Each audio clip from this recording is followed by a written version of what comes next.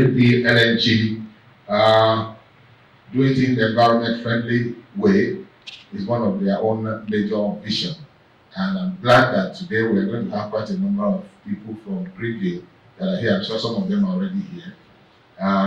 We also have some people, someone from flour mills. Flour mills, you see, some people will say, okay, what's flour mills doing here? They are not, which is a logistic company, I'm sure will also be here. So we're going to have a very thorough conversation. We'll just say whether they'll wait for them a little bit, but what is important is that we have to start this conversation, otherwise we will overshoot our time because we don't want to keep people. So what we do know, Mrs. Van has said that they are going to join us, especially BNH. And okay, so they're already here. So DHN, yes. And then also Green LNG. I know we are supposed to have 5 people from Green. Okay, thank you very much. And flour mills, Mr. Wim, I don't know, I'm sure he'll be here. So many of these people are going to join us. The good thing about conversation in meetings like this is that the document will be made available for people to study. But I'm quite delighted that we have eminent and highly qualified speakers. And I'm also glad I must also thank our partners, Quincy Global, because Quincy Global is providing all these cameras you're seeing here, because before you know it, everything you will see yourself on the social media, but in a positive manner. It's not going to be just a fake news thing. So what we're going to discuss here is going to be quite exciting, and it will actually engender interest globally. So this whole conversation is not the number, but the quality of what you deliver that matters, and the people that are going to get those things. But we can assure you that in the area of logistics, especially as far as the environment is concerned, constantly you will be hearing from us. But today, let us just start this conversation, and let's be able to understand what green logistics is about, and also how it's moving globally.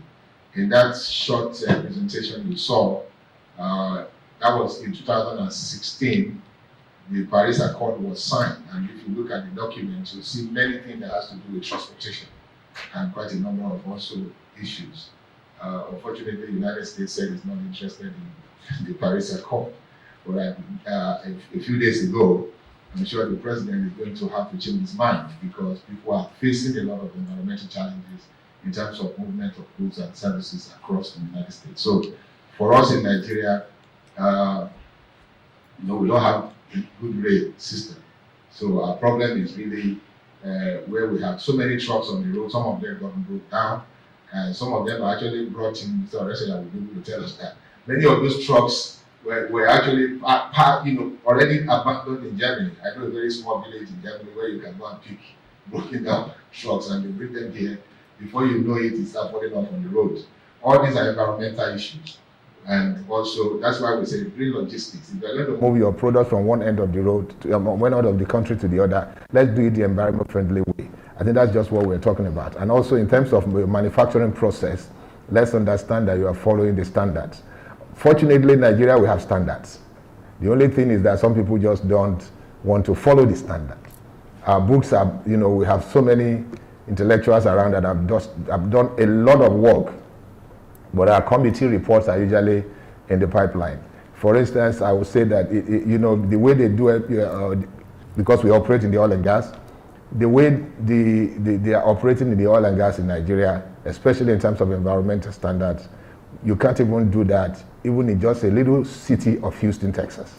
So, but this is the way we are. But if we start this conversation, if we keep talking about the fact that we must do it right, I'm sure that somehow, somewhere, it took a long while for Lagos State Water Corporation and the LOMA to be able to persuade people that you can have the rain fall in your house every day, you don't have to pay for it, and you can drink it. But if I'm going to spend money to pipe water into your house, you have to pay something.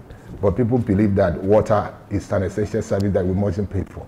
So for me, I believe that we're going to have a good conversation. I want to thank you, especially our speakers and also our participants, for joining us for this conversation today. And let's all see how we will enjoy ourselves. and also be able to discuss how to handle the environment, especially those of us in the logistic business. Thank you again. Thank you. Thank you so much, sir, for that summary, brief summary. We're going to run, and I'm sure that the other people will meet us all. I understand some delegates here have other engagements, and that is why we're not actually waiting for other people.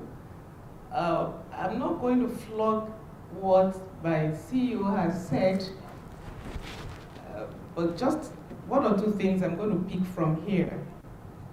Of course, we know what we're doing. We're looking at the future of logistics and technology, especially in Nigeria. Like you said, what we see on the roads, what we see in our environment, are not desirable. And what pains me is that we sit on that and nobody says anything, nobody does anything. And probably some people say, but the government is actually not taking action. But like you said, I think we can do something about that. We can do something about our situation in this country because it's terrible. From the end I'm coming from, I can't move because the trucks will not allow me to move.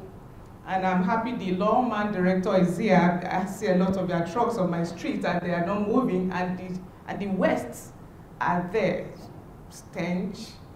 When the rain falls, you can't move through the streets. It's an eyesore, and it's not good for our health. But it's just unfortunate that this part of the world we don't take care of. We don't pay too much attention to our health. I think that's the way I look at it. Because I know that even in some areas, we have these things like some areas in Ikoyi and VI, you also have such things, and everybody sits down. And I begin to wonder, because most of us schooled abroad, most of us schooled abroad, and most of us travel abroad and come back, we don't try to do what is right in this country. It's so unfortunate. Please can I have the next slide? Thank you. So I'm just going to look at a few things. Of course, from what we're saying that in this hyper-competitive world, the need for businesses to deliver for less whilst meeting regulatory requirements is ever more challenging. You can say that. You're coming from your own industry, you know that it's very challenging to do this. Well, this conversation program focuses on 4 fundamental themes. The first one is intermodal transport. We have somebody that is going to speak on that. The e-commerce, city and logistics, and technology. The next slide, please. Thank you. So we already know what logistics is all about. And globally, various governments and publics have shown concern for the environment, maybe except Nigeria. Sorry to say that, I must say Nigerian, but from this platform, we're trying to show concern. So greenness relating to the ecosystem has become a code word for a range of environmental concerns and a catchword in the transport industry. Everybody's talking about green, everybody's going green, everybody's going green. And somebody was asking me the other day, he recycles, it's a company that recycles electronics. He was asking me, is that also green? Do they go green? I said, yes, you go green because you recycle that. And there are some areas in Lagos where you get there, you see a lot of these things hit. And they're emitting there are some emissions that are not good for the health. And we live with it. We have a lot of cancer issues. We have a lot of skin cancer. We have a lot of lung cancer. We have a lot of issues, and we are living with it, not knowing that these are as a result of our negligence to our environment. So green logistics, in short or in summary, can just be equal to, for me, environmentally friendly and efficient transport and distribution system. How do you distribute your good from the place of manufacture to the end user? Can I have the next slide, please? Thank you. So the World Commission on Environment and Development Report in 1987 established environmental sustainability as a goal for international action, which gave green issues a significant boost in political and economic arenas. Next slide, please, thank you. So what is green logistics? It's all about describing all attempts to measure and minimize the ecological impact of logistics activities. Next slide. So we can look at some blueprints that we can adopt in Nigeria and see how it works. Number one is the top-down approach where environmental standards are imposed on the logistic industry by government policies through regulations. But I have problems with that. My problem is that if this is done, you will still find out that there are some individuals that will be giving exceptions and that will operate without abiding by the standards.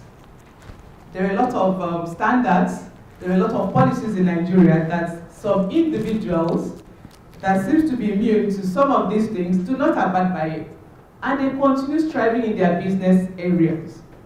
So we don't know if this is going to work, but if it's given a trial, let's see if it works. For me, that is one of the things we should consider as a body in this sector. Then another option we can look at is a bottom-top approach where environmental improvements are coming from the industry itself through the adoption of best practices through innovative firms like we are all sitting down here today. Or a compromise between the government and industry, notably through certification schemes leading to accreditation to the desirable environmental standards. I'm sure we have these things in Nigeria, but they are not operating. Or we can start from here today.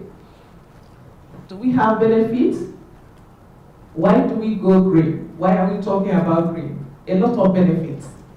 A few are just this, and when we talk about green and having green environment, having environment devoid of carbon and all that, it's helping us to reduce public health impacts from diesel emissions. A lot of people have died because of this. You see some of these trucks, they are not serviced. You see the smoke coming and people get suffocated and all that. Even if you're not suffocated, it's affecting your health. So if we adopt green environment, it will help to reduce some of these health issues. It also helps to reduce climate change, improve energy security, social and economic impact. Also can lower transportation fuel costs, mitigate infrastructure and congestion problems. It can also improve the road safety. Road safety in Nigeria is almost ranking 0. So I just want to say this morning that green logistics connects the environmental concern with logistics activities. This concept ties environmental and economic efficiency to logistics by trying to reduce the impact of the sector on the environment. For this purpose, organizations must strive to be eco-conscious while performing their activities at the lowest cost possible. At the lowest cost possible. Very important. The driving force of green logistics is not directly environmental issues only, but factors linked with cost, time, reliability, warehousing, and information technology. Our speakers will lead us through these areas: logistics and intermodal transportation trajectory, eco-friendly transportation, eco-friendly manufacturing environments, optimizing fleet operations and technology. So, let's go green. Thank you. The topic that I have, and I think that was eco-friendly transportation. All right, so just like the introduction from the organizers, about green logistics.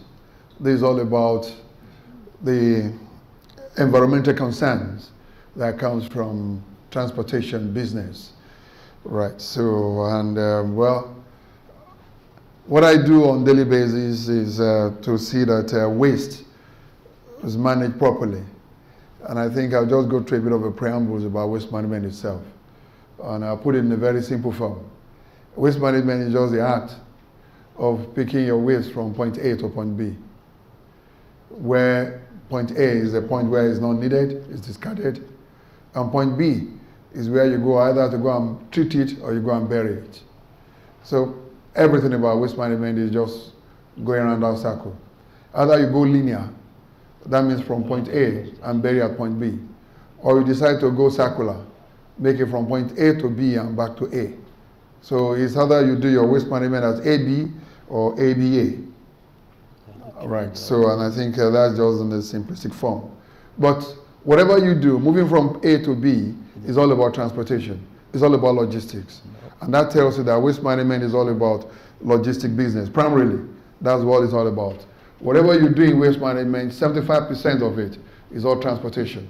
You're moving materials, discarded or not discarded. You're moving materials from one point to the other. So for you to be an effective, efficient waste manager, you must be a logistics expert. If you don't have an idea about logistics, you can never do waste management properly. Right, because the key thing in waste management is collection and transportation. It has to be collected. It has to be transported. So that is just about waste management. And for efficient collection, for efficient transportation, for example, you want to move grains from Nigeria to Europe. The first thing you think of is not about putting it on the ship or in the aeroplane. The first thing is packaging. The packaging industry is what gives effectiveness to logistic business. So packaging is the first thing. You have to package your item that you want to move for efficient transportation. And in this case, I'll talk about waste management. If I'm to be an efficient waste manager, that is, I'm to move my waste efficiently well, the waste has to be properly stored. It has to be properly packaged, and that is a household storage. And I think for most of countries in this part of the world, the failure of waste management starts from failure of packaging, not in transportation. We fail to package the waste properly at household level. Very few people have a household containers where waste can be stored properly, either in a wheeler bin or they put them in trash bag. We all just want to transport our grains from Africa to Europe in baskets, and we think we can just put them in the plane, and the plane will just carry the grain like that. It will fail. But when you package it very well, then you can move things properly. The picture of the ship moving containers, you can put anything inside it, but the containers on the ship are designed to sit properly on the ship. The same thing when it comes to green logistics in waste management. If it's not packaged properly, it cannot be managed properly. That means you cannot have efficient transportation in your waste management business. And I think that's where the failure starts from. Failure of packaging. Very few households. In Lagos, the last data we have in Lagos shows that less than 40%, less than 35%, sorry, of households in Lagos have a proper storage system. And that's where the battle starts from the waste managers. Because the waste are not properly stored. Majority of the low-income earners and the medium-income earners believe that they need to put their waste on the street on a daily basis because there is no bin to put the waste in the household to even start from. They generate the waste every day, and the bits and pieces in the nylon must find a way somewhere. And the somewhere that is available is the road. That's the place that belongs to nobody. They throw it on the road, or they throw it in the drainage channels. So when even the truck that's supposed to pick it gets there, you don't have anything to pack because the guy has thrown it away. And that's the bane of the program on itself. So green logistics, moving your material in a very responsible manner, in a way so that you don't impact negatively on the ecosystem, on the eco-environment, start from proper packaging. If you don't package well, you cannot transport very well. So that is it from that area. So talking about green logistics, like I said, it's all about the environmental impact of your transportation. And like I told you, the first thing is packaging. The second thing is the purpose-built means of moving your materials from point A to point B. In case of waste management, the material that you have to move from point A to point B, you need a very good understanding of that kind of material. How does that material react to the medium of transportation itself? For example, in waste management, you categorize your waste basically into two areas: the dry and the wet components. The way you move wet waste is different from the way you move dry waste. They're two different things. Your wet waste is the dense material. Your light dry waste, they are lighter materials. The way you move your dense material is to allow them sit properly. Talking about moving a load of sand and moving a load of paper. If I load a trailer load of paper, I'll just be a trailer that can move 30 tons of sand. If I load it with paper, I'll probably be moving just about less than 10 tons material. So I'm underutilizing the same item that will use the same fuel, the same man-hour, is the same cost. The cost of moving 1 ton of diamond is the same cost of moving 1 ton of sheet. Two different values, but the cost is the same thing.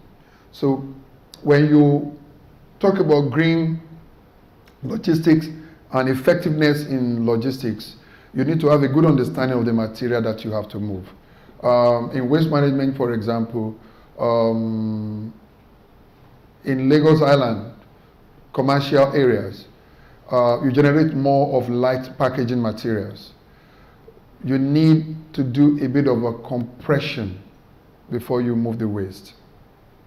So because they are compressible waste, you need to densify the material very well, and you need to, so that the volume of the space you are occupying is the same thing. And I'm sure most of us in the shipping business will agree with me on this thing. You occupy the same space, but you want to squeeze in as much as possible of the material into the same space. But you need to understand the fact that is the material compressible? If it's not compressible, then you don't compress it. There are some material that will react under pressure. The more you compress them, the more reactivity starts from there. So you need to have a good understanding of the material you want to move. So for waste management, it's not just about moving trash. It's about understanding that trash you want to move first before you can be efficient or effective. That means the kind of equipment you deploy to a market in mile 12 where they sell food, where they sell vegetable. Vegetable is not compressible. If I send a compactor vehicle to mile 12 to move waste there, I'm only wasting my time, wasting money. You don't need such vehicle there. But if I send a vehicle to Okeari, to a commercial outlet where you have more papers, I'll be running effective service. I can service more outlets with one vehicle in Victoria Island. I can compress rather than send that kind of vehicle to Ketu or Ikosi market or food market. You'll be wasting time and you'll be wasting your money. I would rather send a tipper or an open truck there where I know that the waste you are sending there is non-compressible. So put the vegetable there that you cannot compress. You cannot compress tomato. You can only smash it. So if you put your tomato in compactor truck, you're only wasting money and you are wasting time and you can never be efficient. All right. So understanding the materials to move is very, very important. And knowing the reactivity, the compressibility, and several other attributes of the material that you can deploy effectively and efficiently well. So that is many of the things that you have to understand in your packaging business, and understanding the material, understanding the terrain where you want to drive this vehicle, the kind of vehicles that can go within a particular terrain, understanding the turning radius of a vehicle and the kind of roads you have in that particular area. I cannot deploy a truck that will have a very high turning radius into roads that are very narrow. You'll never be efficient. So in the kind of compactors that we use, we have compactors that are double axle compactors or single axle compactors. They have different turning radius. If you deploy a double axle compactor in a street that are very narrow, you'll never be efficient. Right. So there's a whole lot of baselines. There's a whole lot of understanding you must have before you can be efficient, talk less of being green. Now, how do you turn green? What is the green thing that we are talking about? What are the real things that will make your process qualify to be green? Or we call them clean development mechanism that you deploy that can qualify your process to be green logistics. The number one thing you're looking at, what are the impact of logistics in itself? All right, pollution, emission. Every means of transportation that we are looking at here is emitting one thing or the other, because you are burning fuel, and that fuel, for every action there's a reaction. So you are emitting certain gases, and your goal is to reduce this emission. For every vehicle that you deploy, the emission standards there that you can use to calculate your carbon footage. So that is why you have various engines these days, Euro 1, Euro 2, Euro 3, Euro 4 engines, and these are all about emission controls. Emission controls. The kind of fuel you burn, the quantity of fuel you want to use, and the kind of footage. So for your process to be qualified as a green logistics, it's all about working your process to qualify for CDM. Now, in Lagos State, in 2007, we were conscious of the emission footage, and the kind of vehicles that we brought in Lagos then, they were low emission trucks. We brought in new trucks. And unfortunately, that was the last time they bought new trucks into waste management in Lagos. The whole idea then was to calculate how many trucks that will be required to move more than 10,000 tons of waste in Lagos, and we calculated about 700 vehicles that will be used. And calculating the carbon footprint, the various the tons of carbon that will be emitted in Lagos State then we plan to mitigate this process. So at that time we bought Euro 2 or Euro 3 engines in 2007, and but we had a challenge. The kind of fuel we had in Nigeria then was terrible. We was not able to run with those engines, so we have to bring catalytic units to make sure that we reduce. We are able to. The level of sulfur in our fuel here was so high that those engines could not run with them. But we have to improve on them just to reduce the emission.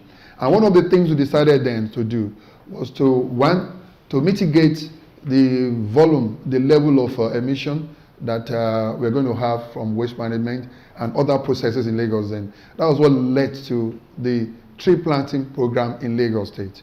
And the tree planting program was to make sure that we have a natural extraction of carbon emissions that we're going to release from a lot of work we had to do in Lagos then. And Lagos had a target of having about 4 million trees to be planted and nurtured. And the tree planting program continues. And because we were able to calculate the vehicular density in Lagos, then the national average then 2007 when I did the calculation, we had a national average of about, I think about 222 vehicle per hour. But the Lagos average then was close to almost 100 per kilometer per hour. I mean, what we had in the vehicular density in Lagos then. Then one other thing we tried to do to effectively manage logistics in Lagos then was to introduce what we call the transfer stations, so that the vehicles will not travel very far, and you have to build transfer stations so that you have a short travels and an effective collection system. And I think that's all about green logistics. Introducing breaking points where the vehicles will not travel very far. You travel a short time and then you drop the refuse and you go back. And you can also use low energy consumption vehicles for that.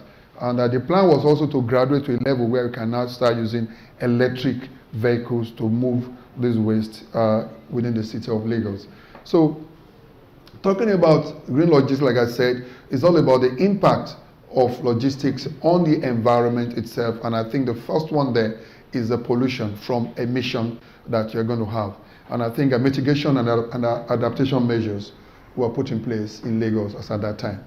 Then two, the other impact was the traffic impact. Traffic. The more goods you want to move, moving from point A to point B means you are adding more trucks, you are adding more vehicles, you are improving, you are populating the logistic strategies, and that means traffic problem will always come. In cities where you have low people, not too many people on the road, you don't have problem with that.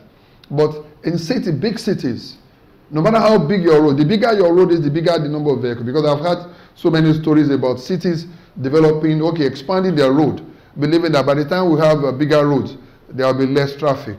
The bigger your road, the more the aspiration, the more the problem. You find out that, after the Third Mainland Bridge, there will not be traffic in Lagos. Because when they are going to build the Ikorodu Road, during the Gowon regime, the whole idea was that, when they expand the Ikorodu Road, 6-lane road, there will not be no more traffic in Lagos. By the time we finish the Ikorodu Road, traffic build up. Build Third Mainland Bridge, no more traffic at all in Lagos. We built Third Mainland Bridge. Did the traffic disappear? No. To be there. Now we are talking about the Fourth Mainland Bridge and several other systems. The City of London has the most efficient transportation system that I think I know so far. With the Intermodal Transport system in London, they have the surface train, the underground train. You still have congestion on most of the streets in London. That tells you the bigger your road, the bigger the aspiration, the more the logistics, and how to be efficient. We have to plan it, and how to be disciplined. We have to plan it with it. So green logistics is all about making sure that you minimize the impact on traffic also, because traffic is one of the major issues that affects human beings, and it's an issue, it's an ecological issue. So it impedes the growth and the well-being of people. So green logistics to take care of that area also. Then the other things that affect you being disciplined and minimize pollution in logistics business, it's infrastructure. All right, no matter how good your means of transportations are, if your infrastructures are very poor, then you still have problems. All right, and infrastructure is not just about building roads. It's not just about building bridges. It's all about maintaining these bridges. It's all about maintaining these roads.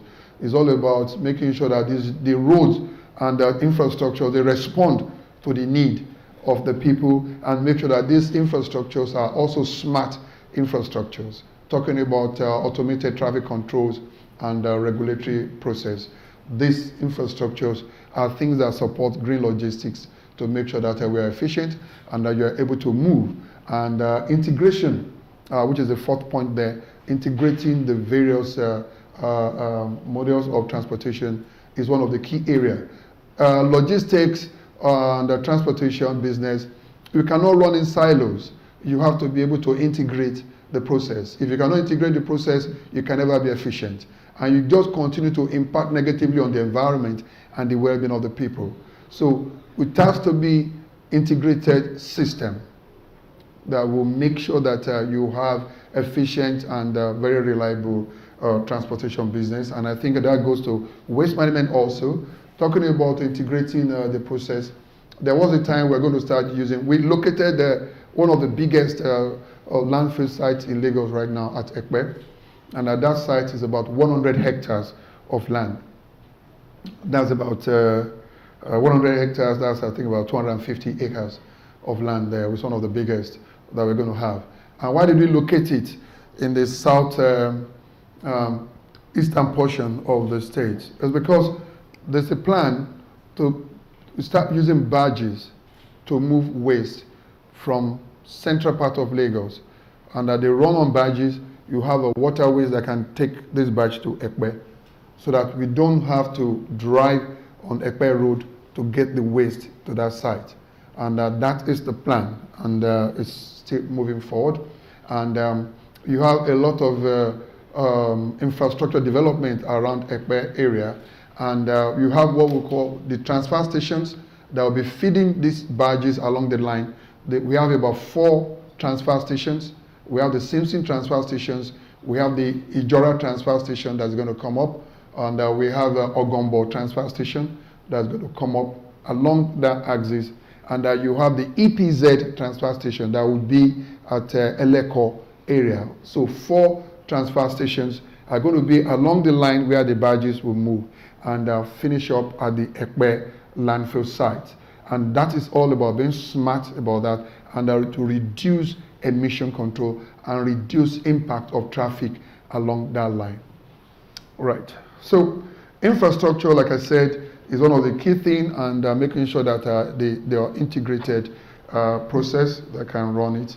And the standards that we hope to attain, which is a global standard, is that the turnaround time for waste collection trucks must not be more than 18 kilometers per hour.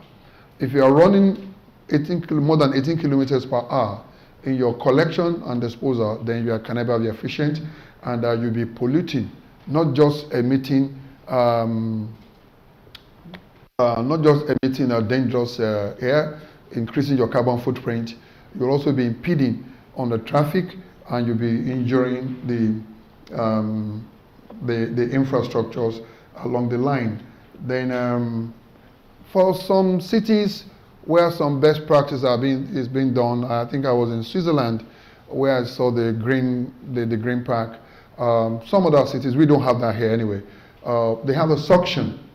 All right, we have, and I think the Eco-Atlantic is thinking of that now. Eco-Atlantic is now here, and I think that was one of the proposals we gave Eco-Atlantic, that you have these silos, and you have trunk lines that go so that you have suction pumps. You just throw your waste from your flat inside the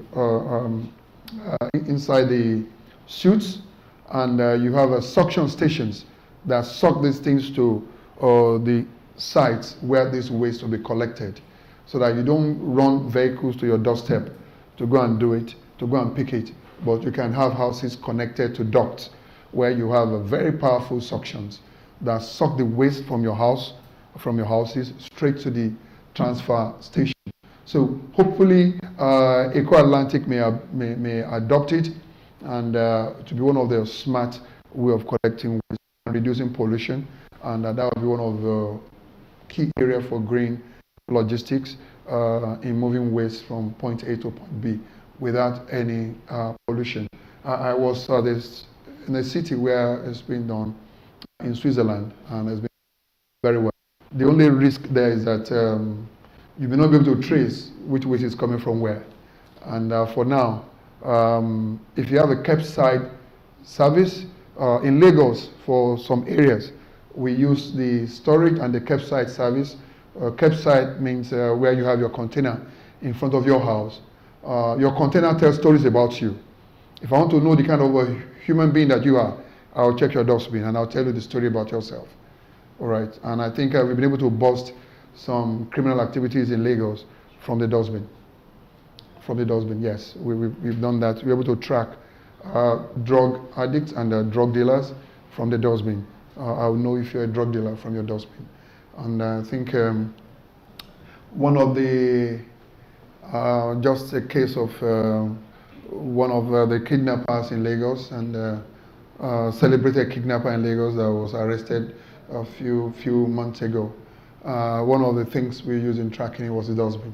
the kind of drink, yes. So most times when it's in the house, they normally lock, he probably would disguise so that when they kidnap people and they put them in the house, they put the padlock in front so that you think nobody was in the house, whereas they were right there in the house. So anytime the guy gets to the house and we analyze the dustbin for about 6 months, we know the kind of drink he takes from the girlfriend. And anytime you see that can in there, the guy was in the house. And the precision was right. All right, so it's a very good tool for busting crime. All right, and that's what we encourage it.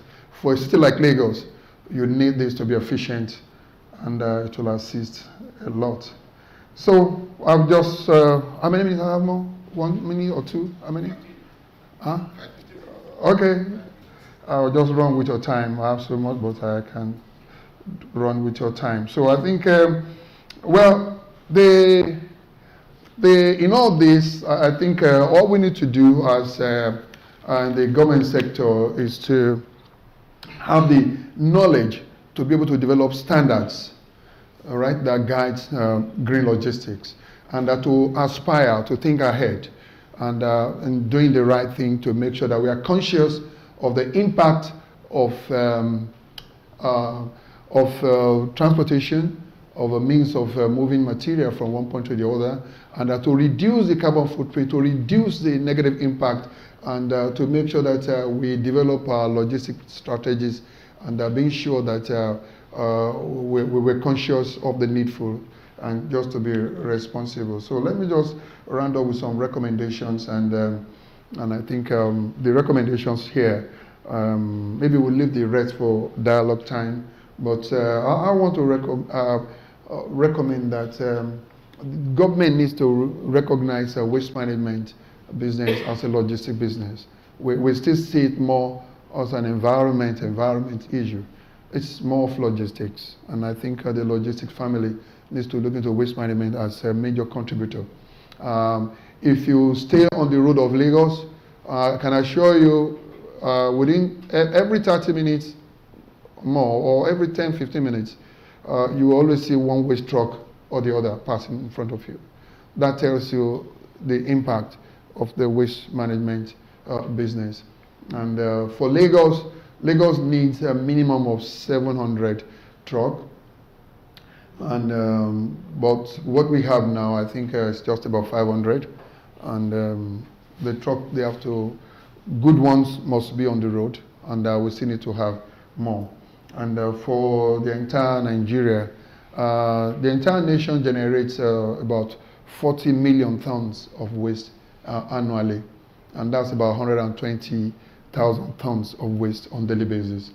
And to move 120,000 tons on daily basis, you need close to about 10 to 12,000 trucks for the entire nation to move waste efficiently well in Nigeria. You need about between 10 and 12,000 trucks, all right, to move the waste in Nigeria. But what we have in the entire nation right now, I think is slightly lower than 5,000 trucks. That's why you still see waste in most of our cities, because you don't have enough trucks. And not just trucks, you need smart trucks, you need low emission trucks. And I see business here rather than problems, okay, for truck manufacturers and for business people. Right now it looks like a problem, but I can tell you this is business, all right? It's a business that can make to happen. The nation needs to fill in the gap where you need up to about 12,000 trucks to move waste in Nigeria. The only thing that is missing there, and I think that's where we need to think smart, is the economic model, the business model that will make these trucks to be accessible. We need to look into it and package it, and make sure that manufacturers and business development people look into this and make it happen. It's a logistic issue, it's an environmental issue, and it's a political issue also. All right. You talk about some cities in the world today. What do we talk about them? It's all about cleanness, nothing else. Cleanness. You just say, oh, clean city. And clean city means responsible city. And it means, oh, we can go there tourism, business development, education, just because the city is clean. Talk about Kigali today. Is there another thing to talk about Kigali other than cleanliness? Nothing. Oh, Kigali, oh, clean city. Nothing else. But that means an average tourist want to go there and see other things. So when we run through it, logistic business and investors in that area, we need to look into that area. Then the knowledge gap in the business needs to be filled. We have this low understanding about how to populate or how to develop business in the sector. We still see waste management business as a business of just moving trash, or business of the trash is just disappearing. Most of us don't even know how it disappears. I just don't want to see it, just take it away. All right? And that's it. And you don't know how it goes and what happened to it. And we think less of the potentials in that sector. And it's going to be a permanent thing for life. Waste is for life. It's a constant business that will always be there. As long as you have human beings, you must have waste, and the waste must move. And moving it is all about logistics.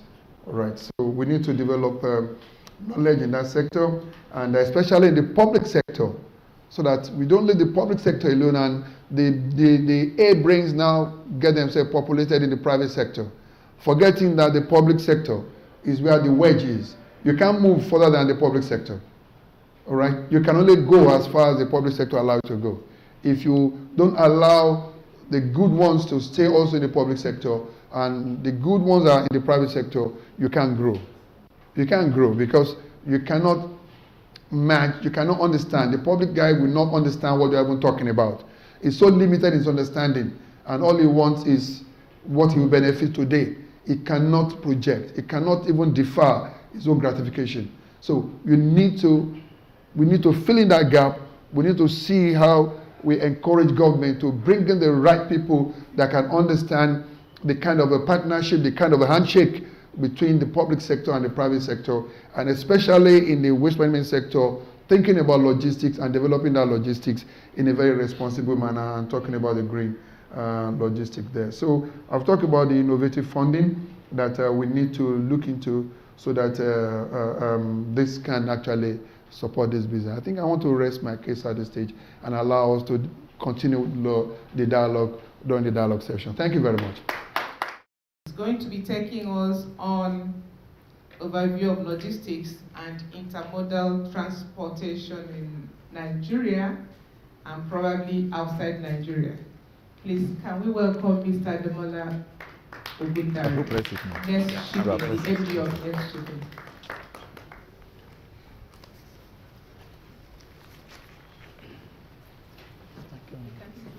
Yes.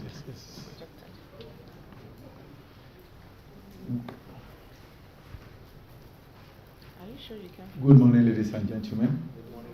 I want to appreciate your comment, and I can assure you that it's going to be beneficial. Thank you. Yeah, we like the first speaker taking us around on what is actually the green logistics, so there won't be need for a repetition of what should be expected. But we're just going to look at intermodal and what will be the effect on green logistics, and how do we ensure a sanity environment. The intermodal, as defined, is a kind of being or involving transportation by more than one form of carrier during a single journey. And like I said, the first speaker dwelled much about this when he gave us a sample of City of London. You see the two railway system and all the means of transportation. And whereby you have your ticket, you can buy the ticket that for the whole month, you just get out, you move from tube to box. And so it's both human and shipping generally, freight, transporting passengers and freight on two or more different modes in such a way that all part of the transportation process including the exchange of information, are efficiently connected and coordinated. So before you can have such kind of environment, it requires planning. And that is why you ask ourselves that when the Apapa Tinkan port were to be established, are we to say there was no planning, or what could have been responsible? In which, you imagine when you have a port where there is no efficient railway system.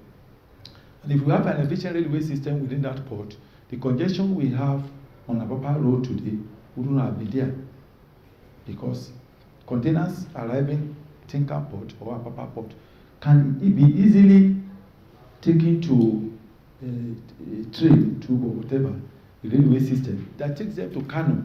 Kano is a very big city, commercial city, that can take them to Onitsha or whatever you are talking about. But it's unfortunate that this kind of arrangement was maybe neglected or not taken into consideration when our issue of intermodal was not considered when the Apapa Port and Tinkan Port, and even most of all the ports that we have in Nigeria today. So that intermodal is commonly used to describe the transfer of passengers and goods. Like I said, we're talking about intermodal, it could be passengers, it could be goods. The most important thing is that more than one, two or different modes of transportations are involved to ensure that the goods or the passengers in one route get to their destination. We're going to look at the goal of intermodal. The goal of an intermodal transfer, when applied strictly to the movement of freight, is to provide intermodal freight transportation, which is coordinated. It must be well coordinated. Do we have a coordinated system in Nigeria?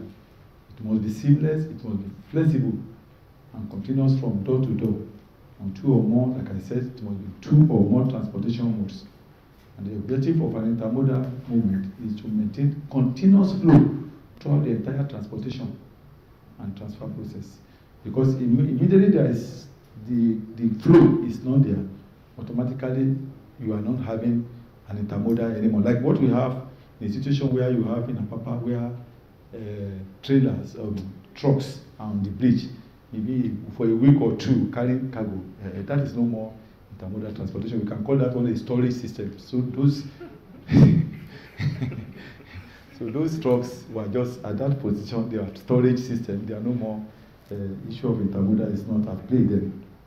So an intermodal movement requires a sense of logical linkages, handled as one continuous true shipment under the authority of a single freight bill, or just one single freight bill. Like the example I gave, where you buy one ticket, you can use that one ticket to join the tube in central London. You join the next one, you join the train. The next one, you join a bus. Just one single ticket. Equally important is the fact that intermodal freight transportation is not just about the hardware or equipment involved with the freight movement. So when we are talking about intermodal, we are emphasizing railway, vessel, and it's not only the hardware, but the process. We are talking about the process involved from the beginning until the goods get to the destination, or the passenger get to the destination. The process by which they are all connected in a systematic and sustained way. Intermodal therefore become a major component of the system approach to business, which is an integral part of what is commonly called logistics management. What advantage do we derive on intermodal? One, you have, like that one has been excessively explained, on parallel agility, whereby everything is efficient, is seamless, is optimized, and things can work if well organized. Also, we have a completely customized to your demand. You meet a logistic expert, give you what can suit your purpose, what will make your goods to get to the destination efficiently, timely, seamlessly. And that is one of the, because there are so many options available to you to move your goods. So he will be an expert, a logistics expert will be able to advise you on what is the best, and it has to be customized to your needs, to meet your needs. Also, another one is more economical. At least using this kind of transportation can also save you some money. Automatically, it's going to save because you have look at it critically. You have considered all options, and you are a businessman. You have to look at the best cost in order to save money. Sometimes, even if intermodal shipping requires a long delivery time, it might still be economically better for shippers who don't have such a short deadline. For example, your goods arrive at a port, and the operation could be either completed by plane or train. Although air freight will be the fastest option, using rail for the rest of the route can be more competitive. So the various options has to be considered by the logistics expert to be able to advise you of what is the best option. And it's very important that most times we do not invite experts to advise us when we have issues whereby what the goods will be transported involve 2-3 vessels or 2-3 connectivity. We will then be able to advise it. But what I've realized is that it's when there is problem, we now start calling experts to advise us. And in most cases, it is always too late. So it's better from the beginning that you call an expert. In everything we do, it costs money, but at the end of the day, you can go to your bed and sleep when you call an expert to advise you on the various methods that can be used. And pundits have described this as a form of warehousing at 0 miles per hour. If the movement of goods is stored for any length of time during transport or at modal interchange points, it is warehousing and not intermodality. I think I've mentioned that concerning our trucks that's always on the road. The intramodal and intermodal. An intermodal transfer is one made between vehicles of the same mode. So when vehicles of the same mode, the same type is used, that one we can call it intramodal. And usually intramodal transfer are easier to accomplish because vehicles are similar. They operate in the same medium, like the one that was just mentioned to us, the waste system in Lagos, where you see the compactor. They are of the same mode, they are of the same type, so it makes they operate in a similar way, and we all have idea about how they operate. So for example, a truck trailer loader can be transferred merely by changing the trailer from one tractor to another. Similarly, switching the rail car from one train to another can transfer a rail car load less than the truck load and less than the car load, container load, freight required for. This one is very common in the border stations, Cotonou and all the border stations in Nigeria. In most cases, the trucks that leaves Nigeria may not be the one that eventually get to the neighboring countries, because there are also already prepared a kind of trailer heads that they are of the same mode, they are of the same type.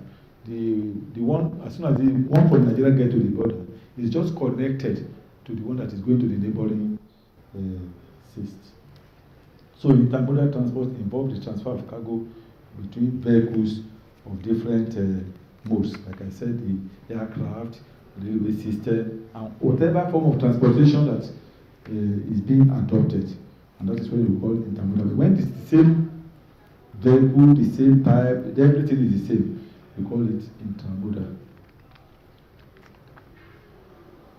The reason why I try to bring the current industry trends along ECOWAS corridors and cross-border trade is to allow us to take advantage of, as businessmen, the opportunities available within the corridors of the ECOWAS, and which a lot of people, maybe they are not aware or they are not interested. But there are a lot of advantages and problems. We know that in all advantages there must be disadvantages.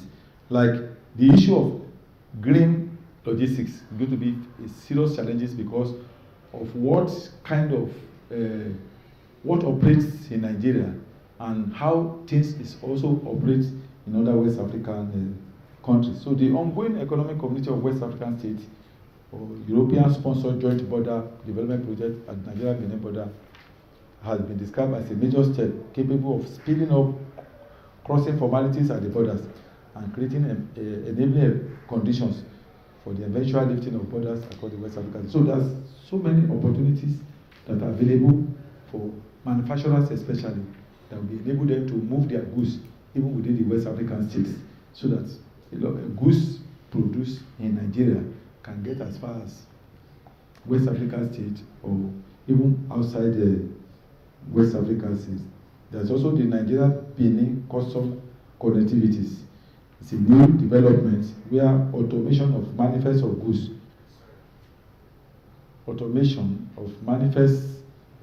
to be captured for custom declarations in both countries. That is, custom capturing of goods within either Ghana and Nigeria or within any of the West African states.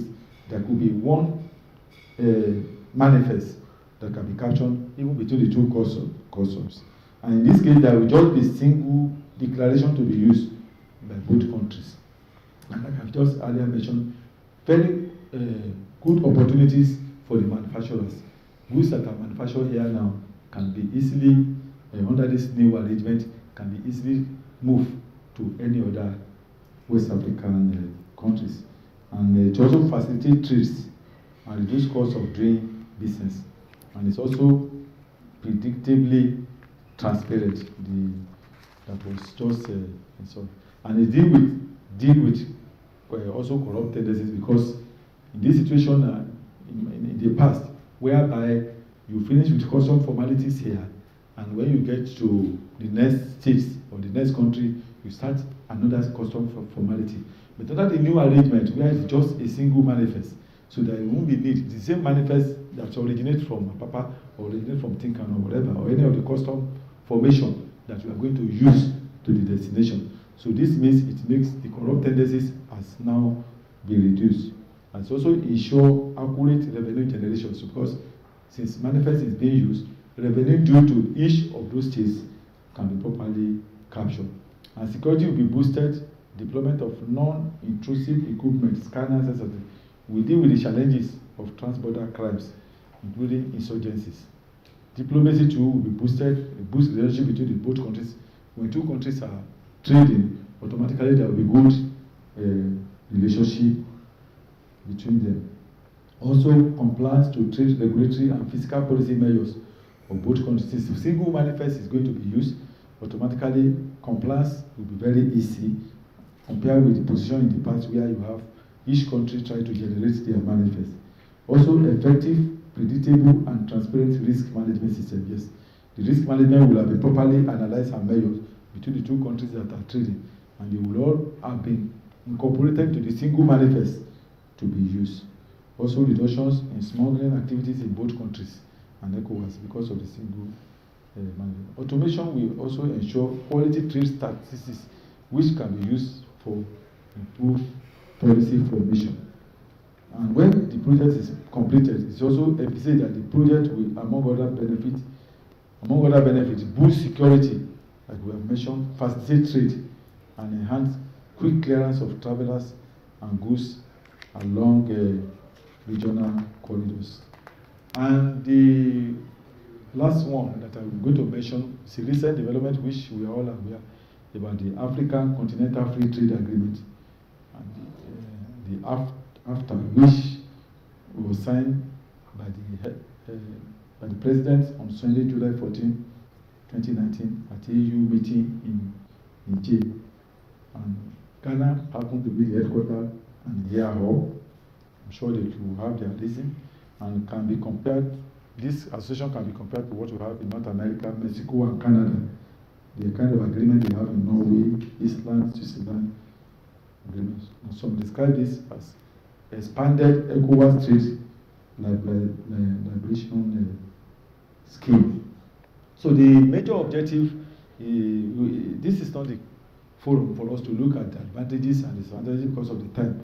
But we can look at various newspapers for us to be able to take, especially in recent time, very common in a newspaper, for us to be able to do a proper critique, to be able to see how beneficial it is to the manufacturers, to all the stakeholders that might be interested. But the key objective is to boost Africa trade through progressive elimination of traffic and non-traffic barriers to trade in goods and liberalization of trades and services. The trade treaty will also involve cooperation on investment, intellectual property rights, and competition policies. So, but the one that I just really want to emphasize has to do with opportunities that are bound even within Nigeria. For example, the Lekki airport that is coming up, the Lekki seaport that is coming up. How many of us have critically looked at it and take advantages of what are the likely benefits that is going to come up? Have now really be able to see in any newspaper or review whereby private sectors are trying to set up a kind of railway system within the Lekki seaport. And if that one is not done, which means in another 5 or 10 years after the commencement of that operation, that place is going to become second Apapa conjunction. So investors should start thinking and start looking at what are the various opportunities that are bound within that Lekki corridor, seaport, and the airport that is available.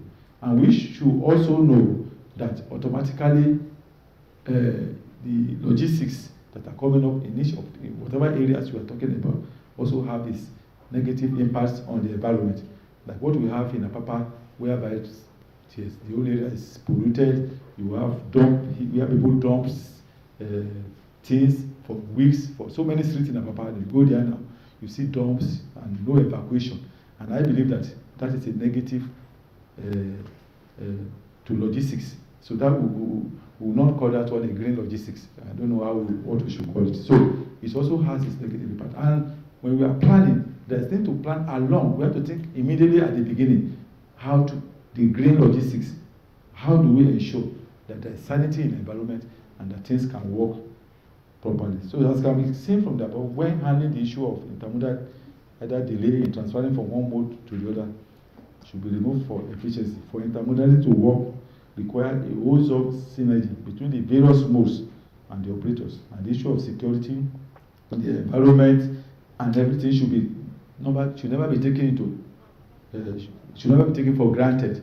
The environment, the green logistics, everything that are very necessary must be done. Planning must be okay from the beginning. It's not that maybe when we have problem, we start running up and down to ensure that things work properly. So I want to appreciate you for listening. Thank you very much.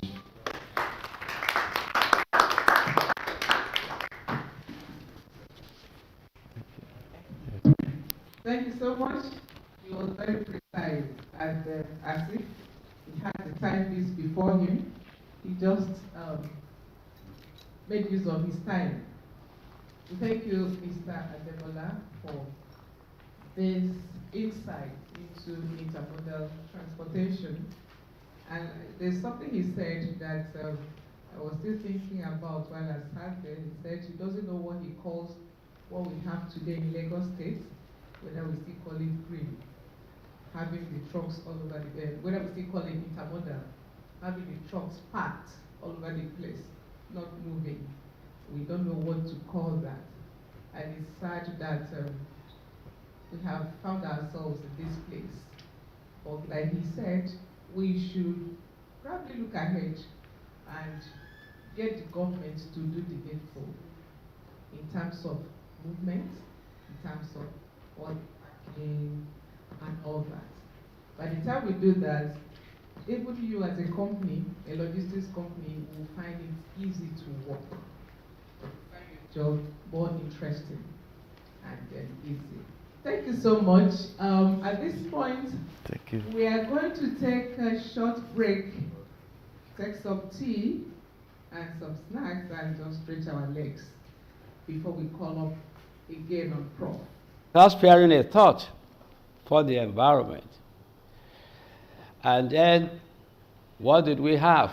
A lot of ecological problems, and so on and so forth. And also very critical is the fact that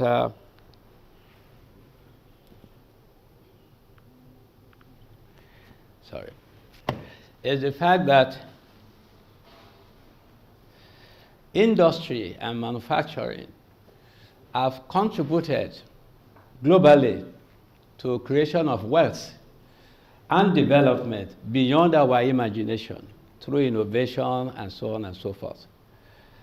And now, I always like to go back into history. After the Second World War, most countries, especially the developed countries, had to rebuild their economy. And the focus then was produce to make profit and drive development without carrying a hook about environment. And as I was saying earlier, you can remember Minamata disease, mercury poisoning in Japan, and 2 years ago now there is a multilateral environmental agreement on mercury called Minamata, MEA, and then this happened in many parts of the world, a lot of poisoning, a lot of accidents and so on. That gave birth to UNEP, United Nations Environment Program, in 1972 at the Stockholm Conference, and also to remind us that the environment is too critical to be neglected.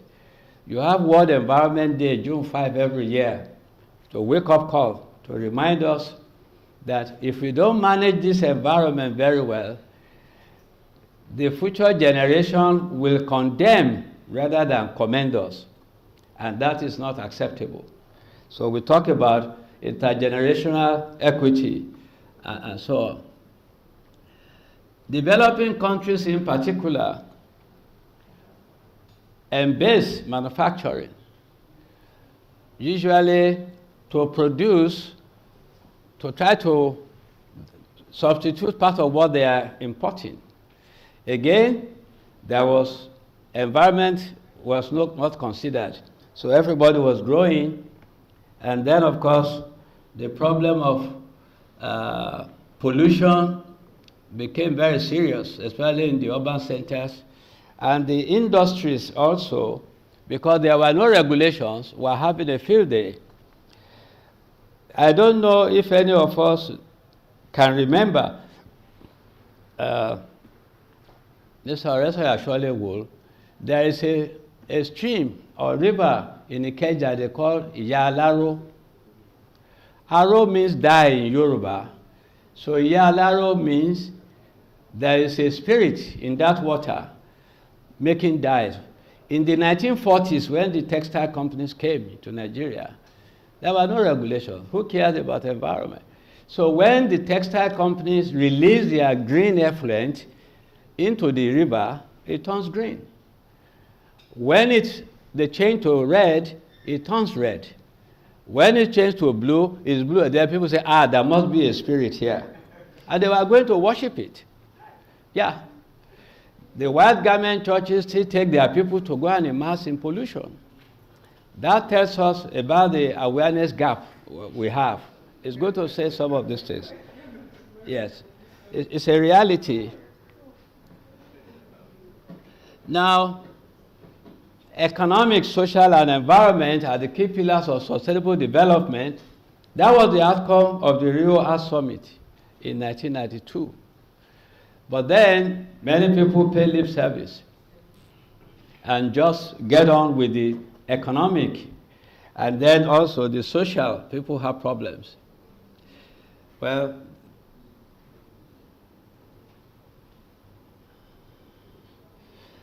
now, to save time, I'm trying to look at the relationship between manufacturing and environment. And manufacturing activities that can cause impact range from plant design. Do you design for the environment? Is it a green design? Choice of technology. Unfortunately, in most developing countries, people, because of finance, will buy second-hand technologies, many of them polluting. Again, who cares? They just want to make a living. So you have the problem of polluted technology or ineffective technology. Then site location. Mr. Kumar was just telling me They have a company next door polluting, who cares? So again, if you just site your factory in the wrong place, you're already committing nature's crime. Then land clearing for plastic, construction activities. They don't do the right studies and so on and so forth. Then operation of the plant, what product type, the efficiency of the manufacturing process, waste management and emissions control. Most industries, again, don't care about this in a developing country like ours. And people just collect, thank God we now have Loma, and mix them up. It's a mixture, cocktail of municipal and industrial waste, causing serious problems. Then the challenge of plant decommissioning, industrial accidents, and so on and so forth. These are some of the relationships between environment and manufacturing. And then, of course, the environmental problems range from air pollution, thermal pollution, noise pollution, and then the problem of hazardous waste, which surrounds us but not yet recognized. So what I put here, what are the root causes of environmental impact of manufacturing and industrialization generally in developing countries? You have problem of technological causes, because use of dirty or old manufacturing technologies or obsolete technology and lack of end-of-pipe treatment technology will cause discharge of all sorts of dangerous chemicals through the effluent into the environment. That should remind us of Iyalaru River. And then the problem of lack of waste segregation, co-disposal of industrial and municipal waste, thereby releasing, and then even more serious is the uncontrolled open burning of waste, releasing dioxins and furans into the environment. And this places the workers at risk, and even people in the neighborhood where this occurs. And because we do dumping of waste, I'm happy the head of Loma here. I can tell you I've studied all the landfill sites in Lagos. They have polluted the groundwater all around. And then, of course, we need to reverse that legacy at one point or the other. And then, of course, epileptic energy source with reliance on fossil fuels, especially diesel for generator and all that, we are releasing greenhouse gases into the environment. Then there's a problem of accidents during transport. God help us, those drivers, my God, they will park near where they are trying to make bole, or where they want to buy something on the roadside, close to fire. The awareness is not there. So what I'm trying to say, the infrastructure for sound management of logistics has to be looked into, because people just drive anyhow, and I don't see road safety people watching on them. And then, of course, you find where they congregate, a lot of waste is thrown all over the place. And then, of course, we need to look at some definitions. When you say eco-friendly, this is meant to mean not harmful to the environment and not harmful to humans as well. And these days, because of many things that have happened in other lands, developed countries, developing countries, even Nigeria right here under our nose, governments now, and with the informal sector and the social media, are now emphasizing the importance of environmentally conscious manufacturing and product support as an important issue when you are trying to manage the environment in a proper way. And the environmentally conscious manufacturing and product support provides integrating environmental thinking into the design of a product, the selection of materials, manufacturing processes, delivery and support to consumers, and end-of-life management of the product after its useful life has ended. Earlier on, I heard of transport. Distinguished colleagues, in Europe, most of developed countries, the Tokumbo trucks we use here are hazardous waste. End-of-life vehicles are meant to be hazardous. But we bring them here, not only that, we hide other waste into them. Most of those trucks have a lot of electronic waste hidden here and there. So they are conduit for hazardous waste inflow into the country. And then, of course, with the topic we are looking at this morning, green logistics. This is the main component of transportation network, whose mission is to organize and control goods movements. And according to another definition, logistics is an inevitable part of modern transportation system and plays a crucial role in the goods movement. Nevertheless, logistics covering a lot more than transportation or freight. That is, there are other activities, is guesswork. So, logistics is therefore defined as organization of the flow of products, people, information, energy, and resources between the point of origin and the point of consumption in order to meet or exceed the customer's expectation. And then, of course, the word green, although our national flag is green, white, green, but our activities towards the environment are nothing but green. The green signifies lack of harm to the environment and to human. So green logistics has been defined as the management, control, and organization of the flow of goods, freight, energy, information, and people between the point of origin and the point of consumption with no or minimum harm to the environment. Now, reverse logistics, this is for all operations related to the reuse of products and materials, the process moving goods from their typical final destination or proper disposal. You also have remanufacturing. These are some of the ways of treating, for example, hazardous waste like e-waste. Remanufacturing and repurposing activities may be included in that definition. Now, when you're talking about logistics here, or green logistics, we have to look inward.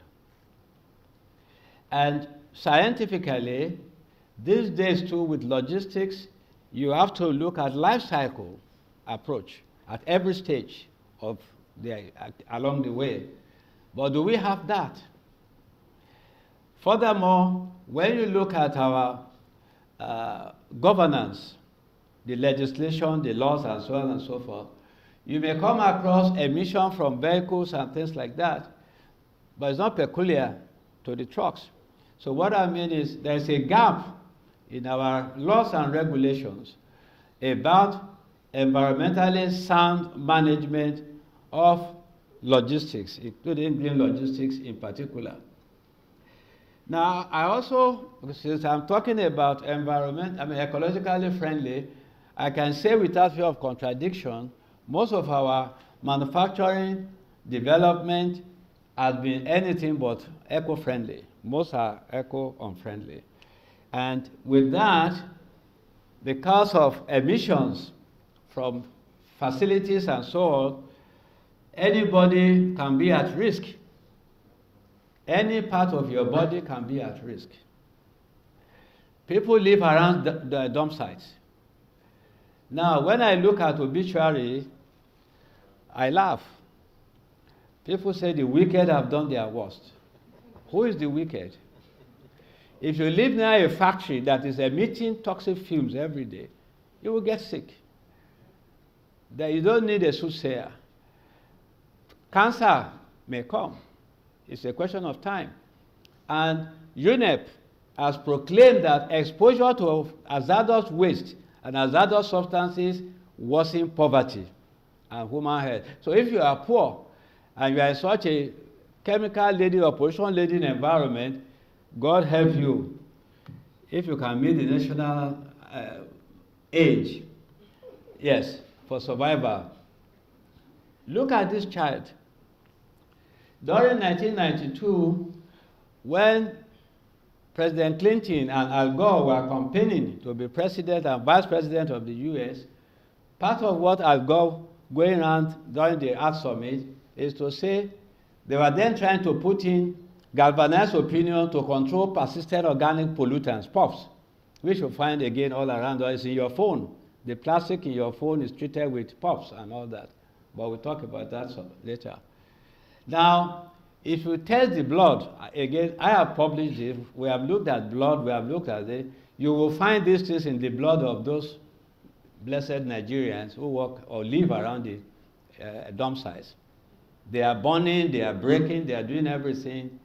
So what Al Gore and Clinton said is, do you want a child that looks like you, has the father's hair, mommy's eyes, but the blood contains dioxins and furans? That's not the child you want. But where you don't manage the environment and its resources, then those are possibilities. So you don't need a soothsayer. The same Japan. You see that lady with goose pimples? If it were in Yoruba land, they will say, what if un letter? Somebody has hit her with a juju, with witchcraft. That's what the exposure to PCB, which is a POPs, in your electrical transformer oils. That's what it does. So when you see some of those things, look at the back of the lady. This is reality, not fiction. Now, so industrialization, just to quickly run through some of the global environmental impact. Minimata have talked about it. Ita disease, cadmium poisoning in 1950 in Japan. There is a Carlson's book, The Silent Spring. When I teach my students, I always like to talk about this. You know, in Europe, North America, you have a winter, you have fall, spring and all that. Rachel Carson is a conservationist, a biologist, who after winter, will go into the forest to listen to the birds singing. And this time around, she came out into the woods, no bird was singing. That's how she wrote the book, The Silent Spring. What did she find? Birds on the floor, dead. Then she took samples to laboratory. That is the beginning of residue analysis, pesticide residue. What did they find? DDE in the brain of the birds. The American bald eagle, which is the symbol of America. They were going to become extinct. That's how DDT was banned in the USA. Not because of it. Who cares which bird dies here? Then you have the problem of environmental disasters. Then transboundary movement of toxic waste from developed to developing countries. We are talking about logistics. Cocoa toxic waste 1988, 12,000 drums of toxic waste came into Nigeria through cocoa dump. Who cares? And more are still coming in one way or the other. So we need to look into the issue of logistics. It's a major source of inflow of dangerous and toxic substances which have been controlled globally. But because we don't domesticate them into our laws, they get away with murder easily. Problem of ozone layer depletion, climate change, and global warming. Then acid rain, air pollution, that is common in the Niger Delta. So you can see that our oil and gas activities, therefore, is not so green. Now, when you have problem of acid rain, that is rainwater with pH less than 5.6. When they talk about problem of Niger Delta, many of us don't feel it because we have not been there. I've been going to Niger Delta since 1959, doing research one way or the other. The people in those areas use corrugated iron sheet, zinc sheet. So when the gas flare we are still flaring today, millions of dollars into the air, when it rains, the oxide of nitrogen and sulfur will form acid. And that acid will eat their roof. So the people see their roof disappearing as if it's magical. It's the acid dissolving the metals there. And then, of course, we have problem of, we have a problem. Developed countries are pushing what they have condemned over there, which they have found dangerous. But because our regulations are not robust, and also we have weak enforcement, then we have challenges. Now, the legacies are part of the problem where transportation carrying toxic cargo has not been controlled. Before I go into that, in Senegal, near Dakar in 2008, there was death of 17 people around the dump site. And situate that with Nigeria. If you go to Ojota, you can quote me. I've studied this all over the country too. I even have a patent on this. The lead from the used acid battery, people are using cutlass to break them, to extract the lead, inhale the fumes, and have sorts of. So in Senegal, 17 people died around the dump site where they are breaking used lead acid battery. And they shouted for help from WHO. So WHO sent experts. What did they find? It's lead from the battery, the crude way. So because again, they have gone into African way to go and look for if there's a juju or why the 17 people suddenly died. It was lead pollution. And that also reminds me, 2 years ago, one German foundation, I won't mention it, in Abuja, they said they wanted to do solar energy project with the presidency.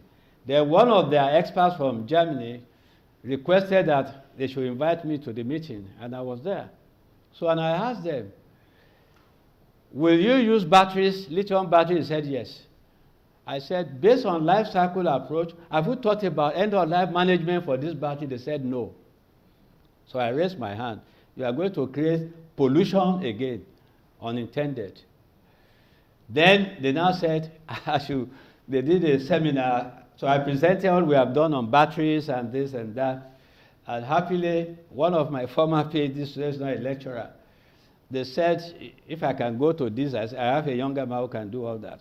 So it's also been addressed. So there are many issues that make our manufacturing eco-unfriendly. Then, of course, we know there was, okay, that's not manufacturing, let me skip that. There was a case in Côte d'Ivoire too in 2006 where a ship brought a lot of oil and gas waste into Côte d'Ivoire. They came to Nigeria here, but the negotiation was not right. That year, I was opportune to be attending Africa Ministerial Conference on Environment, AMSEN, at Congo, Brazzaville. And then the Honorable Minister of Environment there, Chief Mrs. Eswene, said, Prof, I would like to see you when we get back to Nigeria. I said, okay, Honorable Minister. Then I said, what's the matter? He said, some of my officers came to me that they want to bring oil and gas waste from Fanadopo to come and treat in Nigeria. Then I said, Honorable Minister, have we treated the one in Niger Delta? That's how they left Nigeria and went to Côte d'Ivoire. And over 100 people died, thousands were sick, and so on. These are byproducts of manufacturing, processing of oil and gas, and transportation. So these are the issues. Then, of course, in 1988, 3,808 tons of assorted toxic waste in 12,000 drums. Mr. Oreso had talked about packaging. You know, they were not properly packed. I was opportune to be one of those who were there. That was me in 1988 at Cocoa Toxic Waste. I was one of those who analyzed the waste. And this man died. Chief Nana was the compound. Under 1 year, he died. I analyzed his blood. Now I can talk about it. He had over 1,000 ppm PCB in his blood. But by government, he died of pneumonia.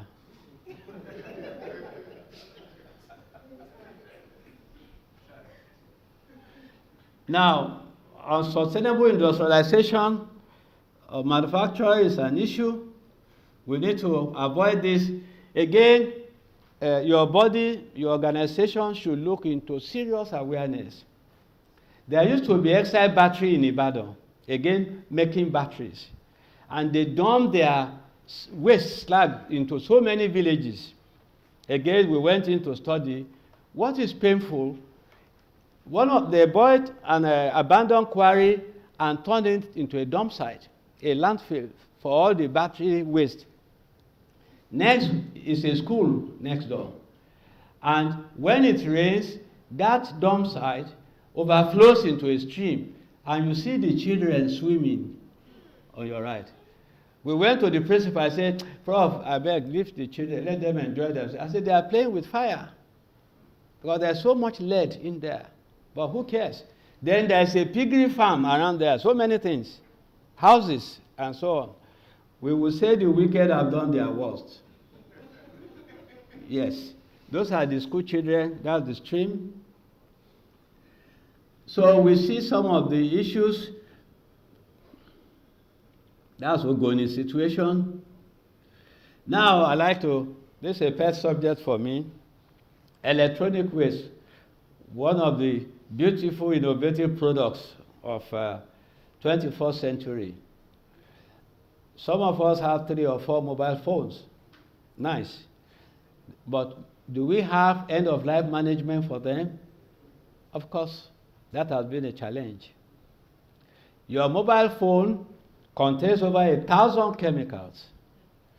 It's a sweet and sour story. 1 million mobile phone will give you 24 kilograms of gold. Yes, 9 kilograms of gold and 24 kilograms of silver. That's why you go to computer village, you see thousands. These precious metals are in the circuit board.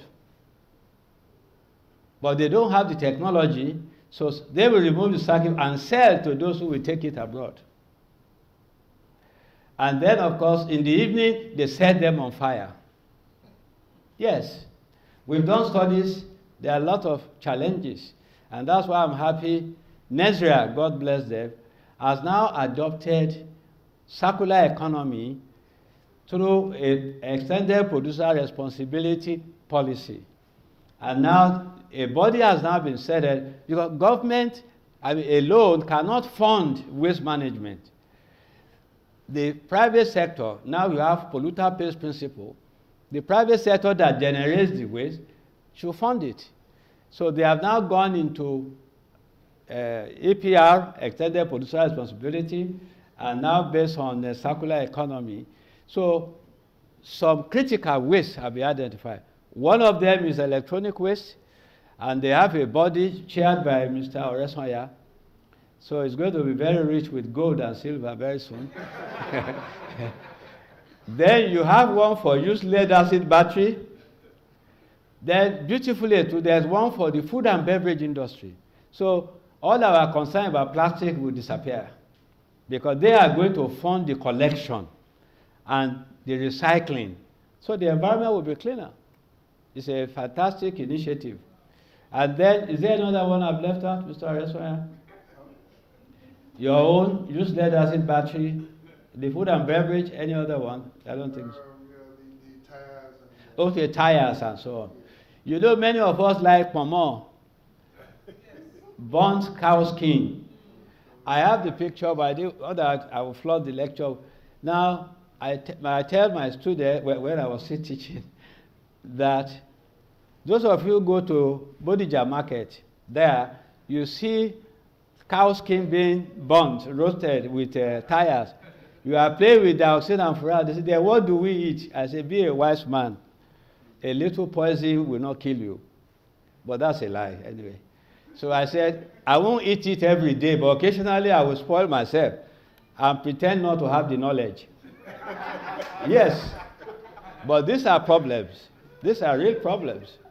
But from your tire to people now make furniture. Nigerians are very innovative. And then people remove the wire. They can do so many things. So waste to wealth is going to be, with that government policy, a great thing. Now, e-waste is all over the place. And then these are some of the diseases. Now, let me also scare you a little bit. When you put your phone on 24/7, it will not catch fire. Or your computer. Why? The plastic has been impregnated with what we call fire retardants. Are we together? Yes. So these chemicals are put there not to allow the plastic is impregnated.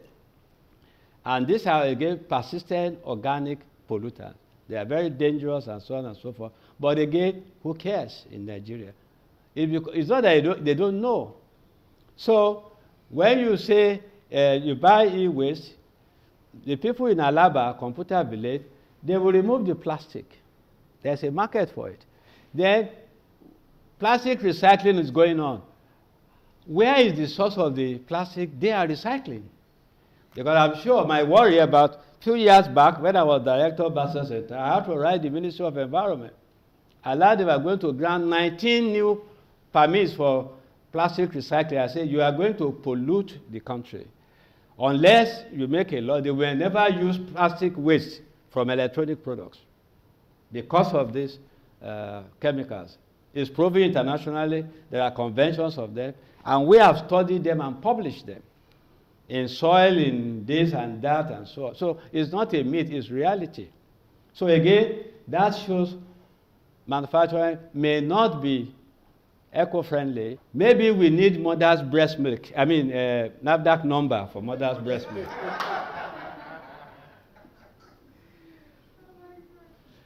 So, having said all this, ladies and gentlemen, most of our manufacturing has not been eco-friendly because the concern was make money, give employment, give this, give that. But now, who can drink water from any river in Lagos State? You dare not. You are playing with fire. And a World Bank report in 1992 said that 60% of Nigerians are at risk from waterborne diseases. And Nigeria is losing about $6 billion for inaction in addressing these challenges. And why that should even be scary, UNESCO has now come up with a publication by year 2050. We will rely on 30% treated water if we are going to have water availability. Yes, so we have to start managing the environment because we may have to be importing water. I hope not. So having said all this, I want to say that we need to go in the new direction. There's a gap in the present system in our manufacturing, management of waste. We have ignored or neglected the logistic aspect of it. We have to do an integrated approach based on life cycle. So along the supply chain, logistics is there. We must address it, otherwise it's not complete. That will create its own problems. If you go to Ogere now, look at those trucks, how much oil they are put there, how much waste and so on, but who cares again? So I want to say, Nigeria too, somebody mentioned ECOWAS. I was delighted when I heard that. Let Nigeria be a leader. Through ECOWAS, I have been opportune to even develop a strategy for managing e-waste and hazardous waste for ECOWAS. So if we do something on logistics, Nigeria can be a focal point. So what we do for our country, we can then look at a sub-regional approach. Then you can share resources and maybe cheaper. Well, ladies and gentlemen, it's an interesting topic. I've taken you on a journey showing that our manufacturing has not been too friendly, but thank God we now have Nesria, you have the Lomas of this world. They are trying, and we believe with more people getting converted that saving the environment is saving our future, all will be well. I'm not a lawyer. Let me rest my case. Thank you very much. Thank you. Okay, I'm kind of a little bit nervous. So, pardon me. It's green, don't worry. So, the reason why I'm nervous is it's actually very difficult to come here and present immediately after professor. I don't know how to cope. I don't even know where to start from. But luckily for me, I'll be discussing technology, which is what I do. So I think I'll be able to share one or two insights with you.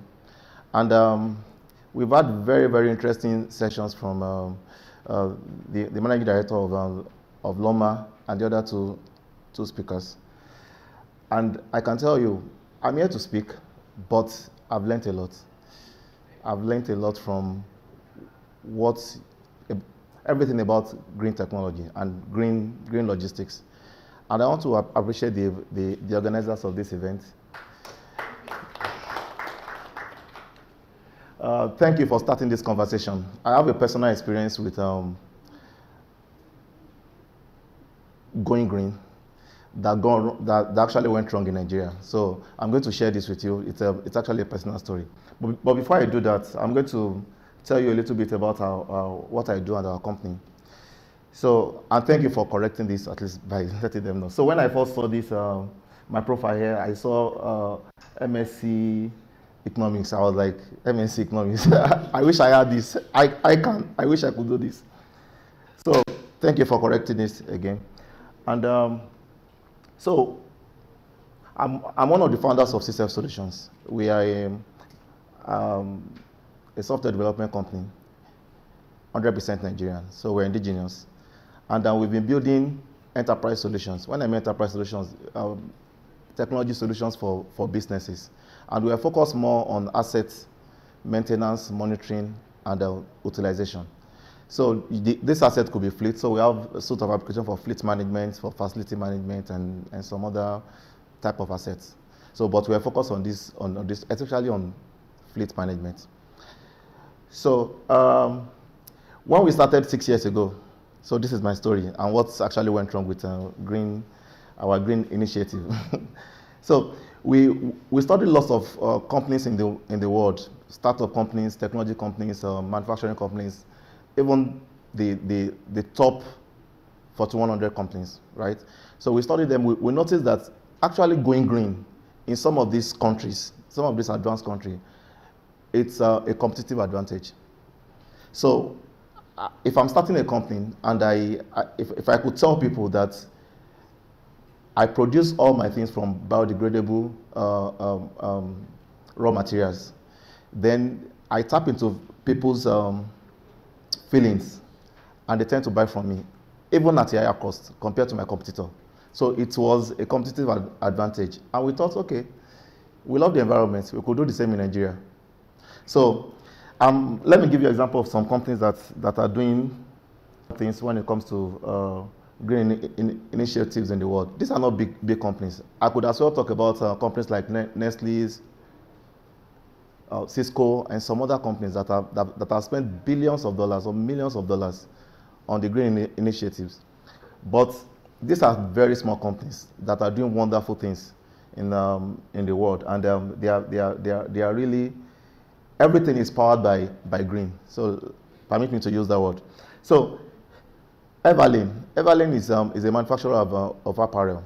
So one of their competitive advantage is that they source their materials, or they use factories that are green and ethically sound in the ways they manufacture their products. And because of that, lots of people buy from them. There's another company here, No Trees. So No Trees, is a startup in Singapore which produces toilet papers, wipes, and tissues entirely from bamboo. There's another company in here. They produce. So it's the name of the company is Girlfriend Collective. So it's a textile startup which produces leggings from used water bottles. You know, it takes years for used water bottles to degrade. So we have all these companies doing well. And because of this, their green initiatives, people actually patronize them. Despite the fact that their products may be more expensive, but people want to save the environment and they patronize these people. So here's my story. So when we wanted to start the company, so we have the product, the fleet management and the facility management product. So we started looking at it. So how do we present this solution to companies and tap into their feelings? And so because we love the environment, we just started selling by tapping into the environmental parts of what our solution can, the environmental impact of our solution. So we tell people, if you use our application, right, it can help you reduce loss of waste that has to do with fuel, waste that has to do with paper, because you basically go paperless with our solution in your operation.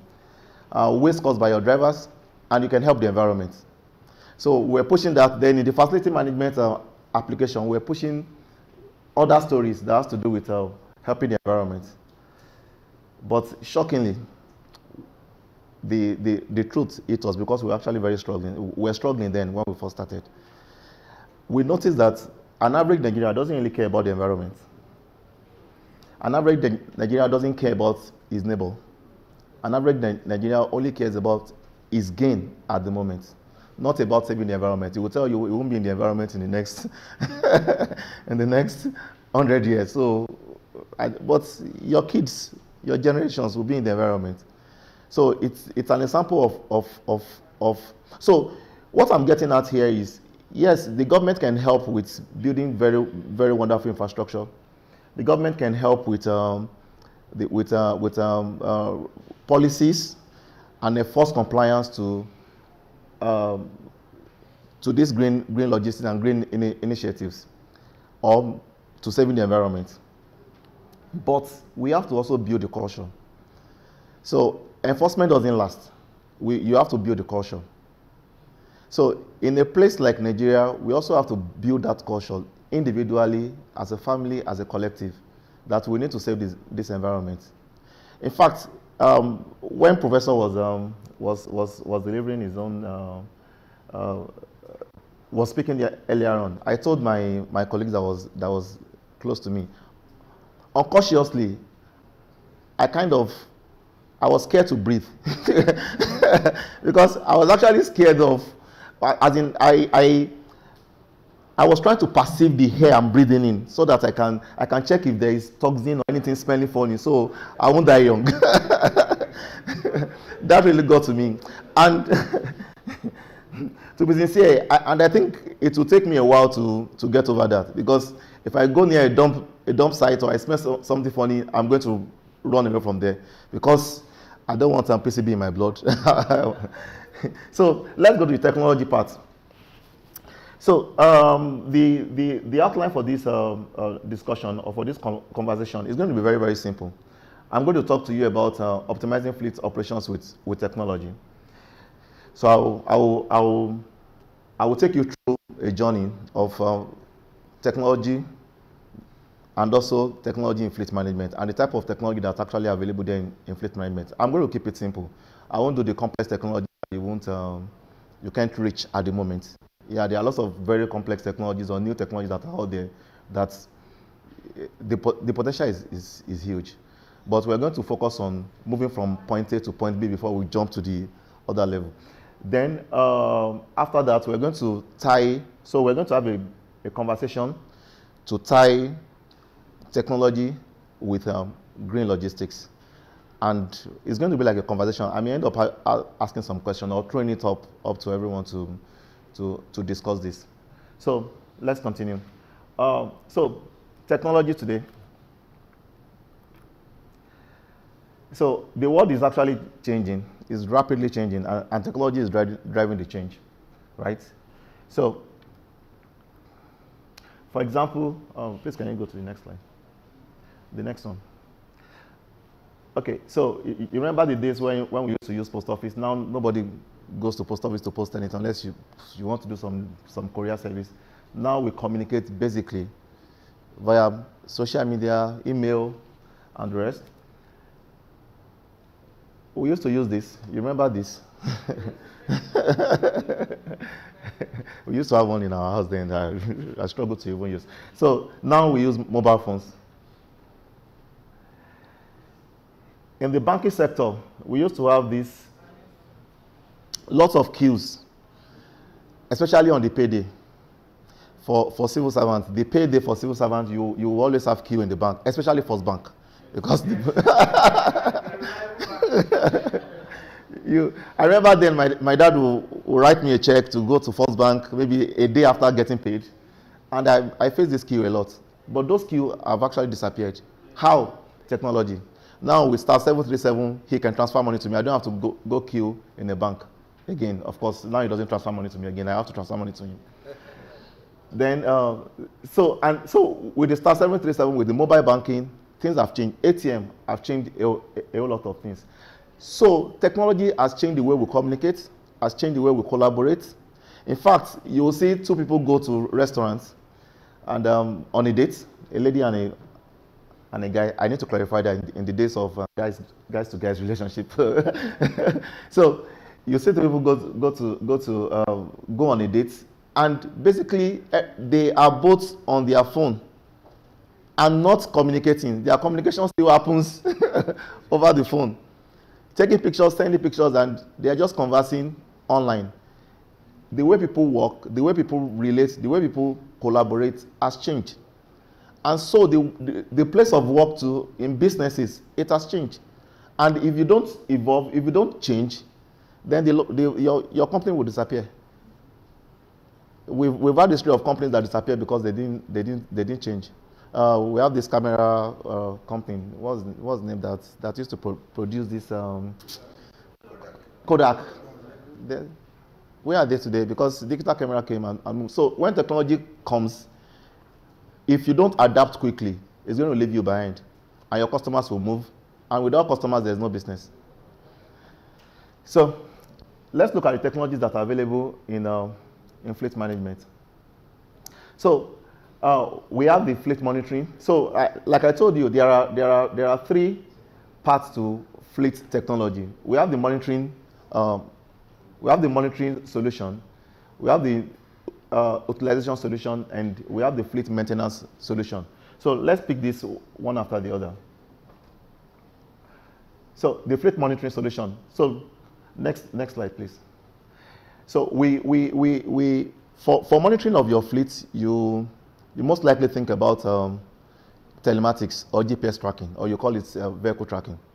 So, and basically what that gives you is you can see the location of all your fleets.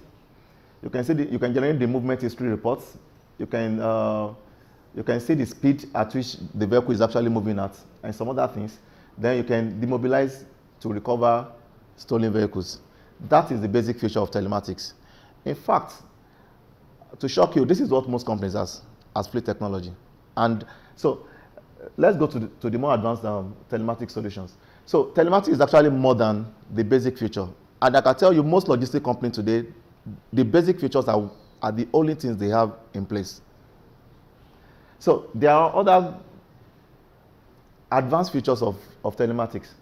The fuel monitoring solution, which can have direct impact on the environment, geofencing, driver identification, eco driving.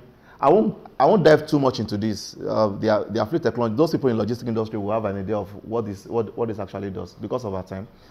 We have the goods monitoring sensors like weight sensor. You can use this to know when a vehicle has loaded and also offloaded automatically. You can send you notification based on that. We have temperature sensors for temperature sensitive goods to monitor remotely. You can monitor the temperature of a moving good remotely. You have RFID that you can use it can be used in the courier system to track a particular good to the destination. So anywhere you are, you can easily check the location of the vehicle and the status of that particular shipment. Then we have lots of security notification and alerts that are built into telematics solutions. Some of them are like towing detection. So if a last man tow your vehicle, you can receive an alert immediately at the point of that event happening. You have things like device tampering, fuel drain and filling. Someone mentioned fuel theft. This solution can actually help you to curb fuel theft in your fleet. Then we have other things like vehicle crash alerts. So when a vehicle is in an accident or almost in an accident, like a near miss, you get an alert. So you can prepare or plan to educate the driver or speak with the driver. Harsh driving, overspeeding, unauthorized movement, excessive idling, and these are some of the advanced features of telematics. So, next slide. So I want to tell you here that you need more than a GPS tracking solution. And for the not just the benefit of the other solution, but also for the environment. And I'm going to explain further. So you need an integrated fleet management solution. And what does that do for you? It's a combination of telematics plus fleet management information system. So these are the combined solution that gives you a complete fleet management system. So let me explain something here. Most times when I meet with potential clients, they always tell me. So we love to ask this simple question: do you have any software or any system in place to manage your fleet or your fleet process? The answers we get is always a resounding yes. We have something in place. It works. It's wonderful. Then we ask another question. So what do you have in place? GPS tracking. Then we ask another question again. What does the GPS tracking that you have currently gives you? I can see where my vehicle is. I can see the speed at which it's moving at. Those basic features. Is that all? Yes. And you said you have a robust fleet management solution. No, sir, you don't have a robust fleet management solution. If you don't have other solutions like the fleet utilization solution, fleet maintenance solution, then you don't have a complete fleet management solution. You are missing out on a whole lot of things, both from the environmental impact and also from the company's own. You are losing money. So I'm going to expand further on this. So we have the fleet utilization solution. So what does this give you? Please, can you, the next slide. So it's basically the hardware and software solution for logistics management. And when I mean logistics management, it's the organization of goods or from the point A to point B, right? So there are a lot of solutions that can help you with managing this process. We have haulage solution, which you can use to track your haulage business. And these are the revenue generating part of your business. You have the haulage, you have the courier delivery service, you have the vehicle rental service. We have lots of clients in this vehicle rental service. You have the operating lease, public transportation, waste management, and supply chain. So these are different fields that can tap into this solution. And what are the benefits or features that you're going to get from this?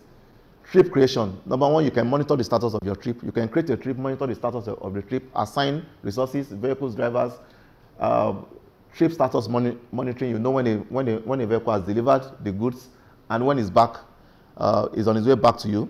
Then you can also generate good receipt notes and even collect your client's feedback and rating. Then it can also automatically take care of your billing, because sometimes collecting payment is a serious headache, and sometimes you need to know the age of a particular invoice. When I mean age, if you invoice a particular client, you want to know how long that invoice has lasted for before they actually made payment. So you need to be able to analyze you need to perform like age analysis of your unpaid invoices, so that you can know the clients that pay you on time, the ones that doesn't pay you on time, and you can do a lot with all this information. So let's look at the fleet maintenance solution. So the fleet maintenance solution, I'll just run through some of the benefits. So it can allow you to generate quick and accurate report on your vehicle expenses. So what are the vehicle expenses? Expenses for maintenance, expenses of fueling, expenses on fueling, document renewal like insurance and the rest, and also expenses on your maintenance. So you can generate this report with a click of a button. I've been to some companies that I'll ask them, can you generate a trend on the amount of money you are spending monthly or weekly on maintenance? They don't have that. They don't have answer to that. Then you can also use this to, it can also allow you to easy visibility into each vehicle's maintenance history. So we're talking about the environment here, and I've heard lots of speakers mention the fact that we import used trucks from outside the country that are already, you use one water, end of life products down to Nigeria. We bring the end of life product down to Nigeria, we still don't maintain them well. So it's like double jeopardy. So you bring a product that should not even be in use again, and you still don't maintain them very well, increasing the emission. A vehicle that you didn't service properly is going to emit more carbon into the atmosphere, which is killing the environment. So, but if you have visibility into the maintenance history of your assets, the cost, the parts that are being replaced, it's going to help you in making lots of decisions when it comes to your fleet. And the majority of the cost in fleet management goes into maintenance. Buying of tires. So I did a quick calculation. An average truck carries like up to 16 tires. The cost of a very good tire is around 100,000 naira per one. So you are like, a moving truck carries like 1.6 million naira in terms of tire cost alone. And just imagine you have like hundreds of those, 200 of those, multiply that. Yeah, some companies like BHN, their tires are worth like billions of, I mean, close to hundreds of millions. A moving truck. And drivers can do anything they like to this tire. You can assign a new tire to a driver. The driver sells the tire, put in another tire, another used tire. So they do a lot of things. But the thing is, this company doesn't track the maintenance history of this. They don't track the tire. They don't track the serial number of the tire. When they want to assign a new tire, you should check that this tire that I'm giving out, or the tire I'm retiring, how long has it lasted for? How many kilometers has it covered? These are useful information that can make you will know if there's something wrong, maybe with the driver or with the brand of tire you are buying. So you can generate all these easy reports that can help you in making intelligent decisions. Then the cost of fueling too is another thing. So you should be able to track each of these costs and the history. You know, when a new project is starting in Lagos, or we see a new company that is buying new set of vehicles, we do run to them quickly to tell them you need a fleet management solution, you need a maintenance and a workshop management solution. This is what it's going to give you. They'll say, no, we're just starting up, we're not ready for this at the moment. And what we notice is that in the first 1 year, 2 years, they are making so much money, lots of revenue. The tires the trucks are brand new, they are not giving you any problem. The tires are okay, everything is going on fine, and you are making so much money, so you think everything is okay.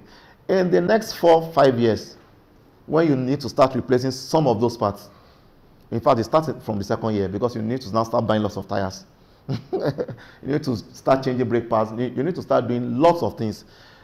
The next 4 years, 5 years, you need to start replacing some of those trucks. It becomes a problem. So at that point, they will now realize the fact that there's negligence in terms of controlling their costs, because they were making so much money and they were not looking at the cost of the maintenance of those trucks. And it's not actually their fault. When you don't have a system to make it easy for you to generate this report and see insights into your operation, then you can't make any good decision. You won't, like I used to say, if you can't see it, you can't improve it. So if you don't have visibility into your operation, if you can't generate quick and easy reports on what is happening, if you can't have access to what is happening in your business, there's no way you can improve your business. And that is what tracking can do that for you. It can help you monitor. But in terms of reporting, in terms of your maintenance, your workshop, in terms of your inventory, things miss in the store. Dangote reported one time that lots of tires were missing from his own store. I was wondering, because I've been to Dangote's warehouse in Ikeja before. If you get to that place, they store millions of dollars worth of items, yet the place is in tatters. People can move things out and in without any form of control. In fact, I was telling some of my guys that the person managing this store would have built house on, as in, it would have made so much money from that mess. So it's not just Dangote, it's because of the size of his operation. But in smaller operation where you have 50 trucks, 100 trucks, and you keep stock of materials and you don't track the quantity that you have in store, you are going to be in trouble. Maybe not now, but down the line you're going to be in trouble. There's no two way about it. So, and it's difficult to track this thing using Excel, using paper, it's very, very difficult. Sometimes you ask your fleet manager. I've been to a company where they ask the fleet manager to generate a very simple report on the maintenance history of all the trucks and the amount of money they spend. It took a month to get that report out. With a system, you can get that out in less than 2 minutes. All right, let's continue. I don't want to take too much of your time. So then you can receive intelligent notifications to report anomalies to your fleet officer or even to the top management. E.g., when a particular spare part is repeatedly replaced within a short period of time. So a driver came to me or came to the fleet officer who requested for a battery. So I gave him the battery. I didn't properly track it, or I track it manually in such a way that I can't go back to check. Then a month down the line, the same driver came again and requested for another battery. Because I have like 200 trucks that I'm actually managing, and they kept requesting for different maintenance related things, including battery, tires, and everything. I can't track all these things. So when the guy comes back again and requests for another tire or another battery within a short period of time, it's very difficult for me to know that it was the same person that came last week or last month to request for a battery. So, but if you have a system like this, it's going to, like a fleet maintenance system, it's going to alert you to let you know that the last time this guy, this particular truck got a battery a month ago. So why is he, you can ask questions, why is he coming now to get another battery? These are some of the things that an intelligent maintenance management system can do for you. Then you can also report the performance of your workshop, your technicians. You can report their performance and e.g. based on some criteria like the average, how fast they were able to complete a particular task, the number of repeated jobs. That means repeated jobs means return jobs. So my AC is not working, you fix my AC, then or it could be break. Then I came back again to complain about the same thing next day. That's a return job, right? So you can track the percentage return job, the job satisfaction rating. All these things can be tracked using a fleet maintenance system. And with that, you can compensate the good technicians or the good workshops if you outsource your maintenance, for example. And compensating them means that you give them more jobs. So if you don't have a system, you may end up giving jobs to the poor ones or the poor performing technicians or vendors. Why the top performing ones, you are not giving them enough job. And like some people used to say, the reward for good job is more job. So when you perform well, we want to give you more job because we trust what you are doing. So, and I've seen some companies that have moved from the regular salary-based technician payments to performance-based payments. So it's based on the number of jobs you're able to do and how good you're able to do that job that we pay you. And that means that the top performing technicians they go home with more money than the least performing ones. So these are some of the things that you can't do this without technology. It's not even possible. Then another thing you need to also look at is like I mentioned, the inventory management system can actually help you keep stock of your parts and the usage history of those parts. And when you check your system, you know exactly the number of tires you have installed and the brand of tires you have installed, and all those information are kept updated. Then you can also implement and enforce workshop entry and exit inspection. I'm going to dwell on this a little bit because I noticed this is a culture that is actually lacking in most logistic companies and or most fleet management companies. They don't do inspection on those trucks. And when I mean inspections, there is the routine inspection, but there are inspections that are done at the workshop. So let me give you a simple scenario. My truck needs to be serviced. That means I want to change the oil and some oil filter and some other things.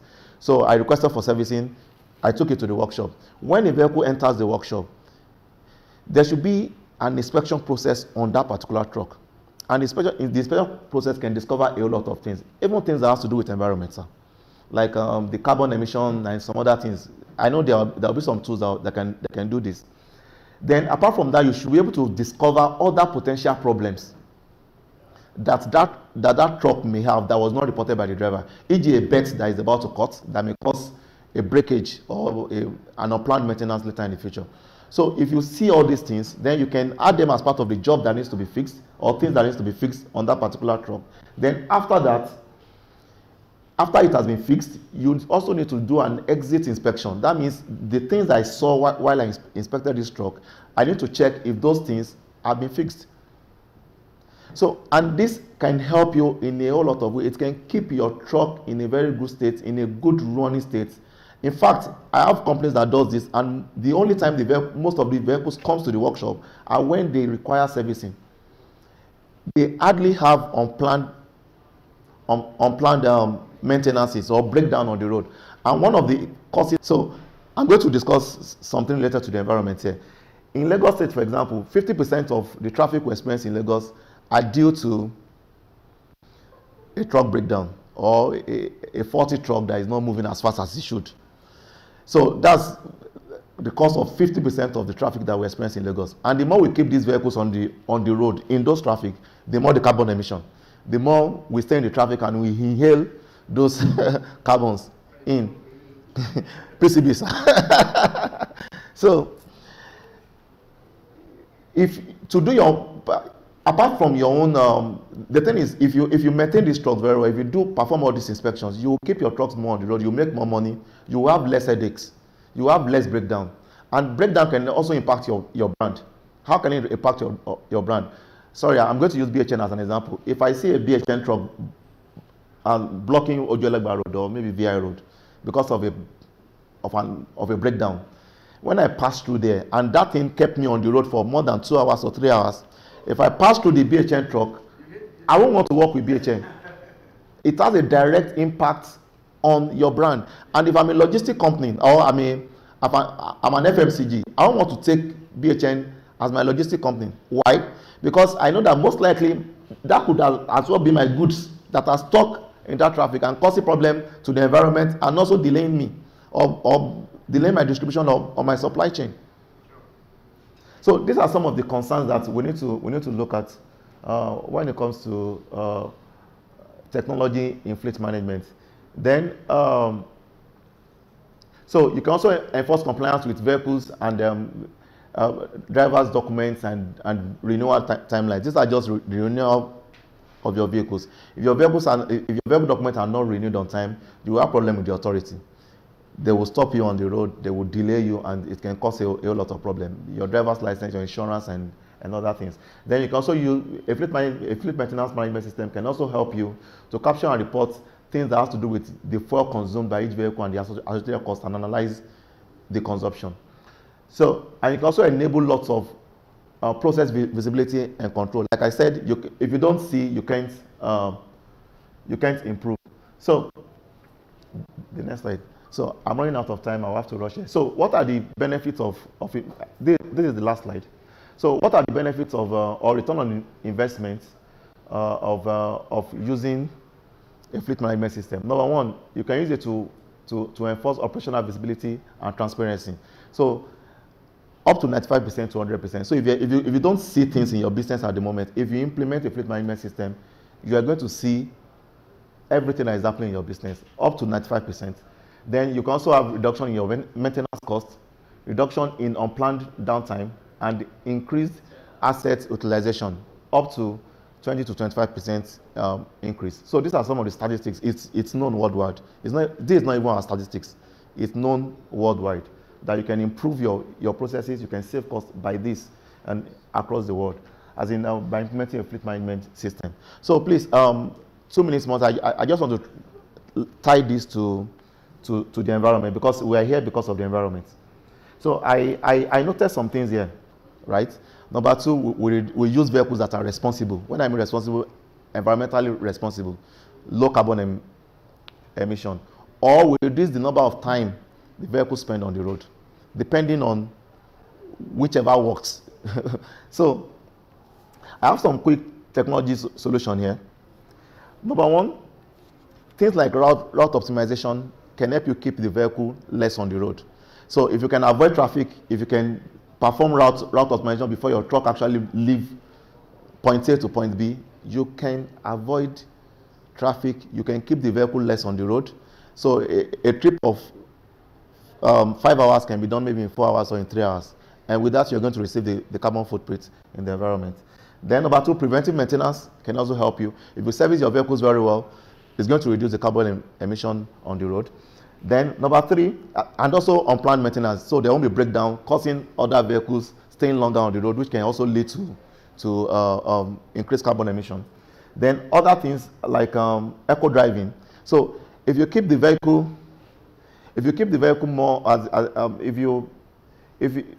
if you have eco driving related feature in your telematics, what it can do is that it can report things like harsh driving, it can report things like vehicle idling. So those vehicles that turn to warehouse on Abapa Road, so some of those vehicles are actually kept running without moving. That's being idle because the driver wants to charge, or because the vehicle kick has a problem, or because they want to listen to radio, and they kept those vehicles running. Number one, the fuel consumption, which is a problem on the environment.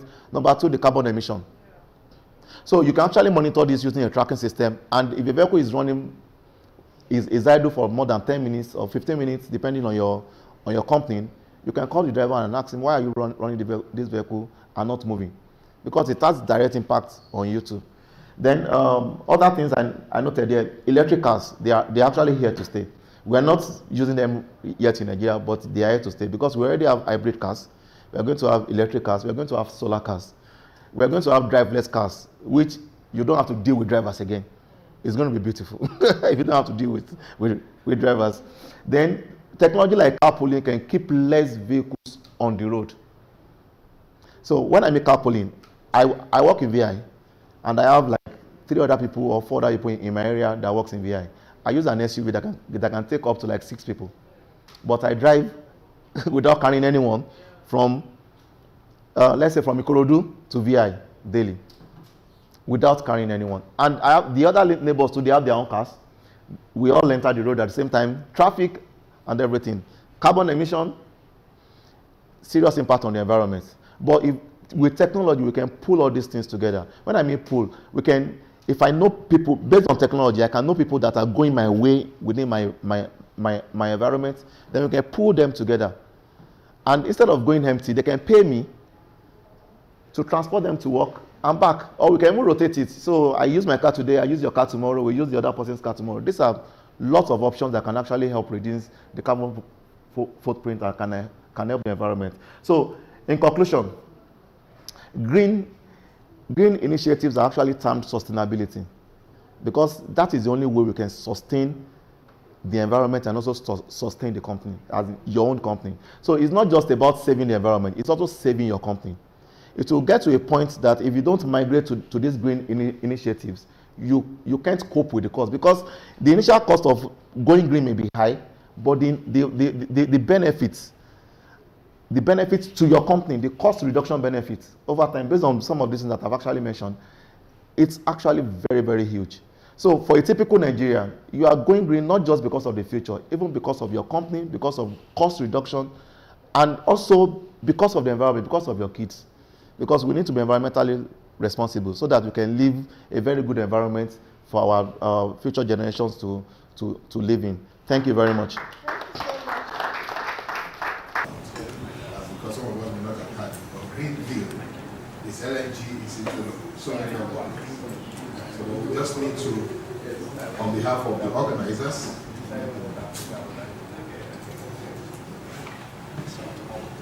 on behalf of the organizers of Green Logistics Conversation, Dr. From David Consulting Nigeria Limited, I would like to present this token of awards to Greenville, and also to appreciate you that you continue to do what you're doing and to keep Nigeria clean. I'm sure the man from Loma will be interested in what you're doing, so I'm going to invite him to hand over this thing to you, because his mandate is not really about Lagos.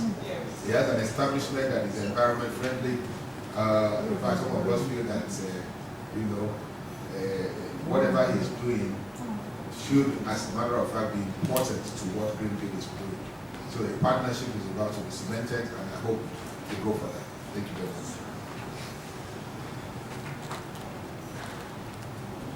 Thank you very much, sir. I think you said it all. So, well, I think it's good to talk about what you do. But before you do that, I think this presentation to your company for the outstanding performance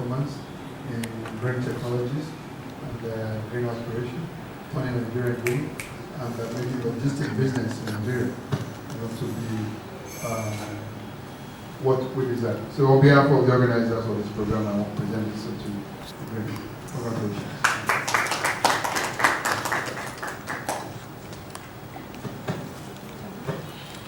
Thank you so very much to the organizers and everybody here.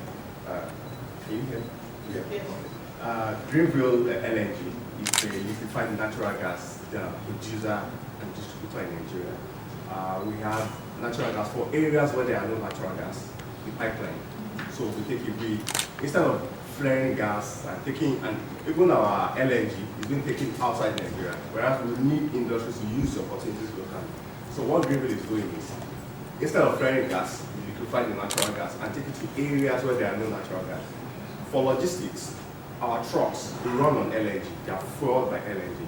So instead of using diesel that are polluting the environment and very expensive, you can use LNG, clean fuel and very affordable. It's like 50% of your fuel cost is reduced if you use LNG, and 35% of the maintenance cost is reduced if you use LNG trucks, because they are very easy to maintain. They run for very long hours. They run for 1,200 kilometers before you need to refuel.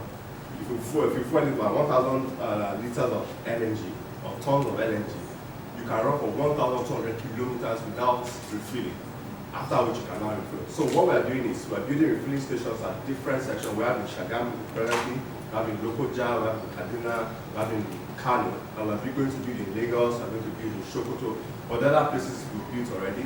And so those are refilling stations for trucks to go, or buy your LNG and travel as long as Sokoto, as long as Nasarawa, without having to refill. So this saves you cost in so many ways. We know that the history of diesel is the history of people parking by the way and taking diesel from the tank. Now nobody can take it because LNG you can't take it, or you can't use it for anything. So you're going to save fuel cost on the fuel, and you're going to save cost on the stealing of the fuel, and so many others. So and the fact that you can run for long hours, you can get to your destination. The trucks are also tracked, so anywhere they are, any point they are in Nigeria, you know where they are. Our customers are already using the LNG. Some are even buying it for their fleet haulage. And what they see is that they can track the truck. They know where exactly the truck is. They know what is going on, and they know the fuel percentage in the tank. So you can't tell them this because they know. We have the track and everything. So it's a clean technology that's coming to Nigeria, very green, and we want everybody to latch onto it, because apart from we don't have to import the fuel. Instead of flaring, we are now converting to something useful, and you can use it for your advantage and save cost. So thank you so much for having me. Good afternoon once again. So on behalf of Greenville LNG and on behalf of our MD, we are receiving this award, and want to say a very big thank you to Green Logistics and to everybody present here today. Thank you so much. Thank you. I learned so much from Greenville LNG. Thank you so much. To do in terms of the trucks on the bridges, which is reducing the lifespan of those bridges. I don't know to what degree we can measure that now. And also, in terms of the waste, if you take, I'll continue to use Apapa Shode Express because it's that is where the whole lot of thing is very messy. Residents come to the major road to dump refuse. If you go there, you see dumps of refuse on the major road, on the express. I don't know what you are putting in place to see that these things should be done within the shortest period of time, considering what Professor said about waste and the things like Mr. Oye was saying. I'm even taking my breath because I'm seeing the whole thing before me, and it's like I'm in front of, for example, Itisha bus stop, and I'm seeing the stage. I'm in front of Second Rainbow, and I'm seeing a whole lot of things. The drivers are doing there, they are urinating, they are doing all sorts of things and all that. I don't know the shortest period this can be taken care of. And also, from the angle he was talking about of the change from the other people And back to your people in Lomba now, please. Is there any, are you going to give us some assurance? Because I want to go out here and tell people tomorrow that I attended this conversation and I'm giving assurance that this is what is going to happen at this shortest period of time. No, just, oh, okay. All right, thank you very much. Well, right here I'm wearing two caps. I'm representing Lagos State as a management consultant, and I'm representing my company as a consultancy firm. I led government in 2015, and but I was invited back as a management consultant to come and fix the gaps that were left behind by the misadventure that happened within the last 4 years. And well, I'm happy to tell you that I think my terms of coming to fix the broken glass will be expiring next week. I'll be handing over, I'll be putting up the new team of management that I put there will take off fully from next Friday. Okay, yes, exactly. So just to answer your question, I think what happened the last 4 years was a very, very terrible misadventure, like I said. And those are the consequences of what we're seeing. And when I came back to fix the system 7 months ago, I think what we started was to clean up the center of the city first. And you will have seen differences in other parts of Lagos. But critical areas where you mentioned, Apapa gridlock, the stock collection system. And like I said in my presentation, waste management is about 75% logistic system. Logistic management.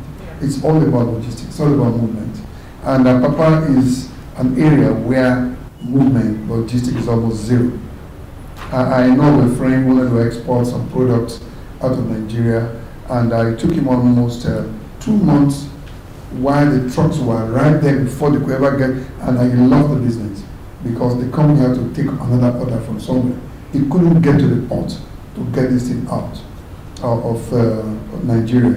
So the same thing happened to waste management in that part of the city. I think about 3-4 months ago, we shouted, and I think that was what led to this task force team that came. Apapa was related to a disaster zone, real disaster zone. Because there was no movement, you cannot move refuse out of the place. And refuse, because there were human beings there, refuse, people kept on generating refuse every day. Every day.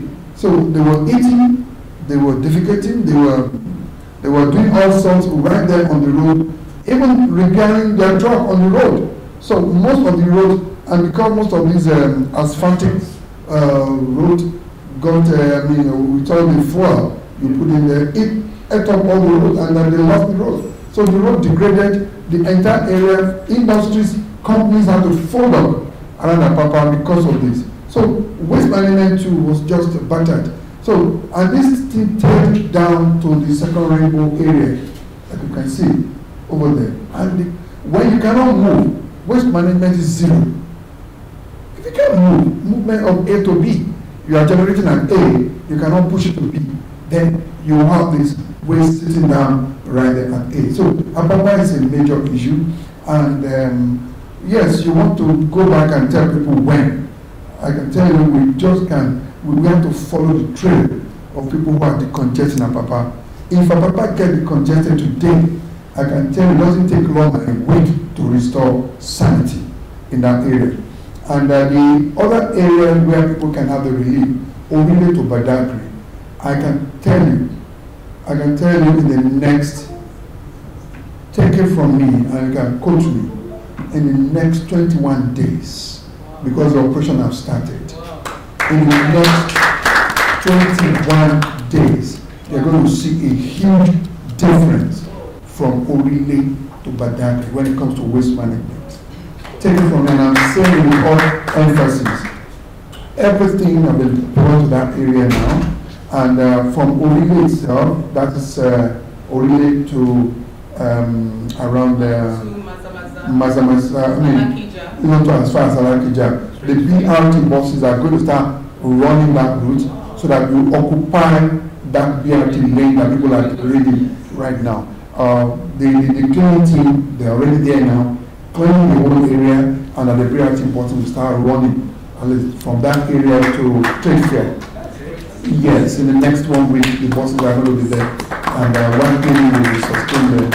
And the cleaning, we have containers being deployed to that area to take care of the waste because that area is free. But the Apapa itself, until the Apapa area is free of traffic, I cannot put my bet on it. Thank you. Thank you so much. Just one more question for maybe Mr. Ademola. I'm just wondering, these truck issues that we have just started about 4 years ago or 3 years ago. I want to know, was there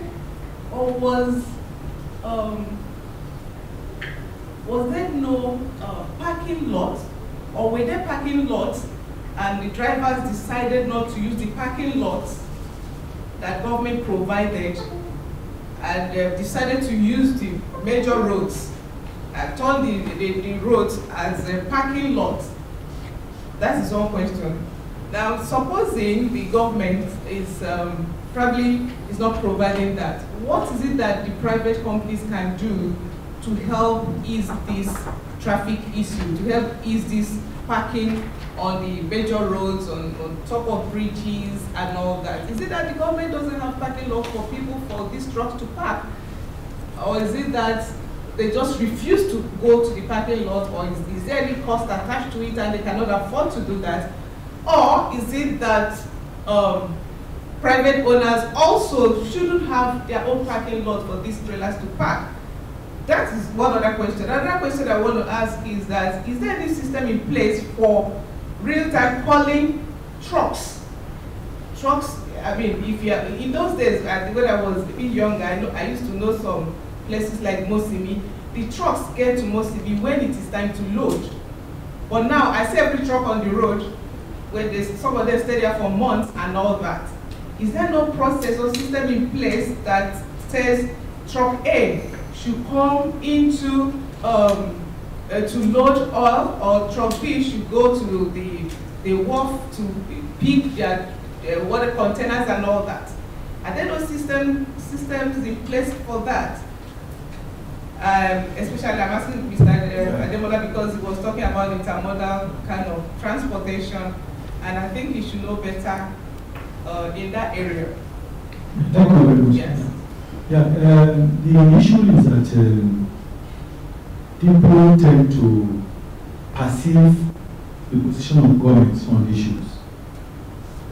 When the Ambode, I'm not trying to condemn any government, when the Ambode government came in, people could perceive that no man has been put in checks, something like that, and that nobody has his program to monitor traffic offences, but people realize that penalties, all those things are not really important. So, because of that, the transporters took advantage. It's free ride, no lawman, no whatever. That was the perception. So, automatically, those truck drivers believe. So, I'm just trying to explain what led to the congestions, which were not there in the previous government.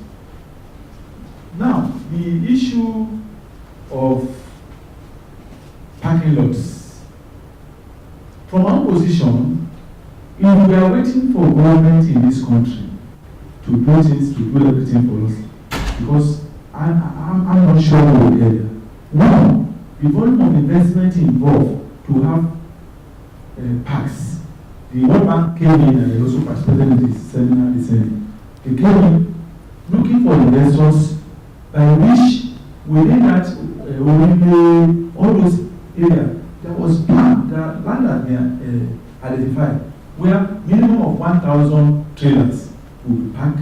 There will be banks here, there will be parking facility to park, facility to do everything. 1,000, if you have 1,000 in 4 locations within that area, you will not use trucks on the bridge. But like I said, maybe government was not ready or there was no support that we allow the investors. The private investors must show interest to invest in those parking lots. Government is not coming to do it for us. If we are working for government, maybe 50 years or 40 years from now. But if investors can come in, acquire those land, government gives support that is required. Whereby within that Apapa, we can have 5,000 parking lots, and that will really assist the issue. And if that one is not there, the Collins plot has been introduced by MPA, which is in place now. To me, it will work because the volume of trucks coming to Apapa compared with the rate at which they are collected will not allow trucks to leave the bridge. So automatically, that's just a short-term solution. It will be a permanent solution. The permanent solution is to have like 5 parking lots around that area where we have 1,000 each. And each of them will be in the parking lot. The place is convenient for everything you can imagine.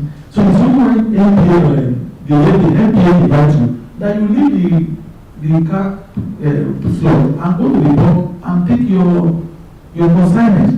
So, and most importantly on the Intermodal, railway system everywhere all over the world. You get even airport, you get down from the airport, you don't have money to take taxi. You just, where is the tube?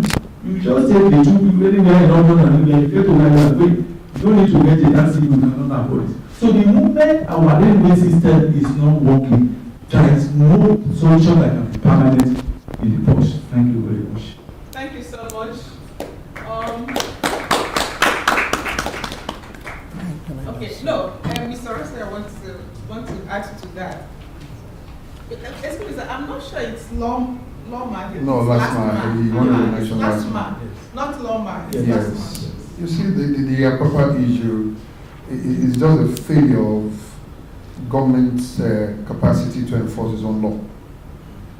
Right? That is the basic thing. And I think, just like I said, we started seeing this just within the last 3-4 years. All right? Before now, there was nothing like that there. And what led to the problem in Apapa itself? All right? It's within the ports, there are areas designated for parking of trucks before loading. All those areas have been leased out to concessionaires. Built up. All right? So the trucks are put on the road because the space left for the trucks inside the ports have been given out on lease by MPA. 2, you have most of the other space around the creek road, right, where most of these trucks were using before, around also after Tinkan, Coconut area, where trailers were being used before. Yeah. All these areas have been turned to tank farms. They are now being turned to tank farms, where trailers are expected to come and load and you stay on the road. Most of the tank farms don't even have a parking space for tanks. They expect them to lie on the road before they come in there to come and load. And just because the area where you're supposed to load the fuel at Mosimi and at Ichigo, nobody's pumping fuel to those areas again. Only the tank farms at the Papa that want loading all the trailer. Fuel that will be used in Kano, you have to come and load it right at Apapa, and the trucks will have to stay there for 5-6 days or 1 month, lying on the road before they load them. So, until we are sincere to solve the problem will remain there. We need a lot of sincerity to readdress this issue. Thank you. Thank you so much. Thank you so much. I want Prof to say something, just in a minute or two, so that to seal up what he lectured us or tutored us or taught us earlier today. Well, thank you very much. The environment, as I said, is the only legacy God has given us to exploit the resources to the advantage of mankind. But in our quest for development, we are consuming them very fast, all these resources, without considering the impact of the environment, as well as even the sustainability of other forms of life. and humans to enjoy them. So again, manufacturing has been instrumental in generating a lot of wealth all over the world. But then manufacturing has proceeded more without or minimum environmental consideration. Hence, there have been a lot of adverse impacts on the environment, with problem of air pollution, we have problem of greenhouse gas emission and climate change, because most industries in developing countries, Nigeria no exception, lack efficient effluent treatment plants. Even in most cases, I would say about 90% don't even have untreated or improperly treated effluent from industries are discharged into surface waters, which render the water unusable to people. And hence we have problem of waterborne diseases. Nigeria has a world record for typhoid and all that and so on. These are signs that all is not well with the environment. And then also we have, because of poor waste management, dumping of waste on available land and uncontrolled burning of refuse. Again, this has degraded the environment and worsened problem of poor water quality in surface and groundwater. We should also recollect the problem of plastic from land-based sources polluting our coastal waters and even the lagoon. So what we have successfully distilled here is the fact that manufacturing good for development, but issue of sustainability is still lacking. Because there are three pillars of sustainable development.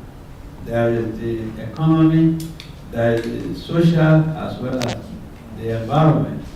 And then we've also underscored the importance of supply chain and issue of transportation, because goods have to be moved from where even the raw materials too will come by road, and then the finished products go to the consumer, and all this require sound management, efficient management of the movement of the trucks, the goods, the people, and information and other things.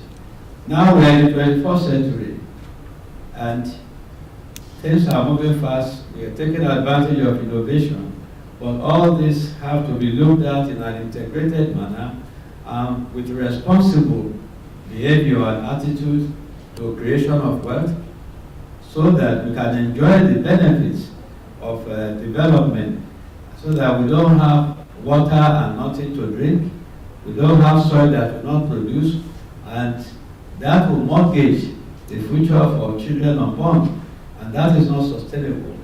And like I said earlier, we must all protect the environment. It's a collective responsibility. Otherwise, generation unborn will condemn rather than commend us, which we must all avoid. We know what to do. Government has a role to play. The citizens have a role to play. Various sectors of the economy have a role to play. We have only one earth, so we have to go beyond rhetorics of just talking. We have to walk the talk. Do things that benefit the present people. Let people feel that God has been kind to them, so that those resources are not just things they can see, they cannot access. So that's my comment. Sustainability. Thank you so much. Mrs. Ifoma, please can you just give us an advice to go with as we leave here? Okay. 1 minute? I've actually thoroughly enjoyed being blessed among the men. It's not easy to be the only female speaker. I think the only point I noticed that we didn't highlight so much is that we've been talking about being logistics, and then we've just been mentioning trucks, and then it looks as if it's just the landways. We have the airways, we have the seaways, we have the railways. Okay, so it's all encompassing, and I think in whatever conversations we're having, we should bring in all of these. Thank you so much. Thank you so much for listening. I say thank you again to the organizers. You say the word thank you. is just an ordinary word, but it goes a long way to talk about the moral content and the integrity of the receiver. It's been such a wonderful afternoon. God bless you all.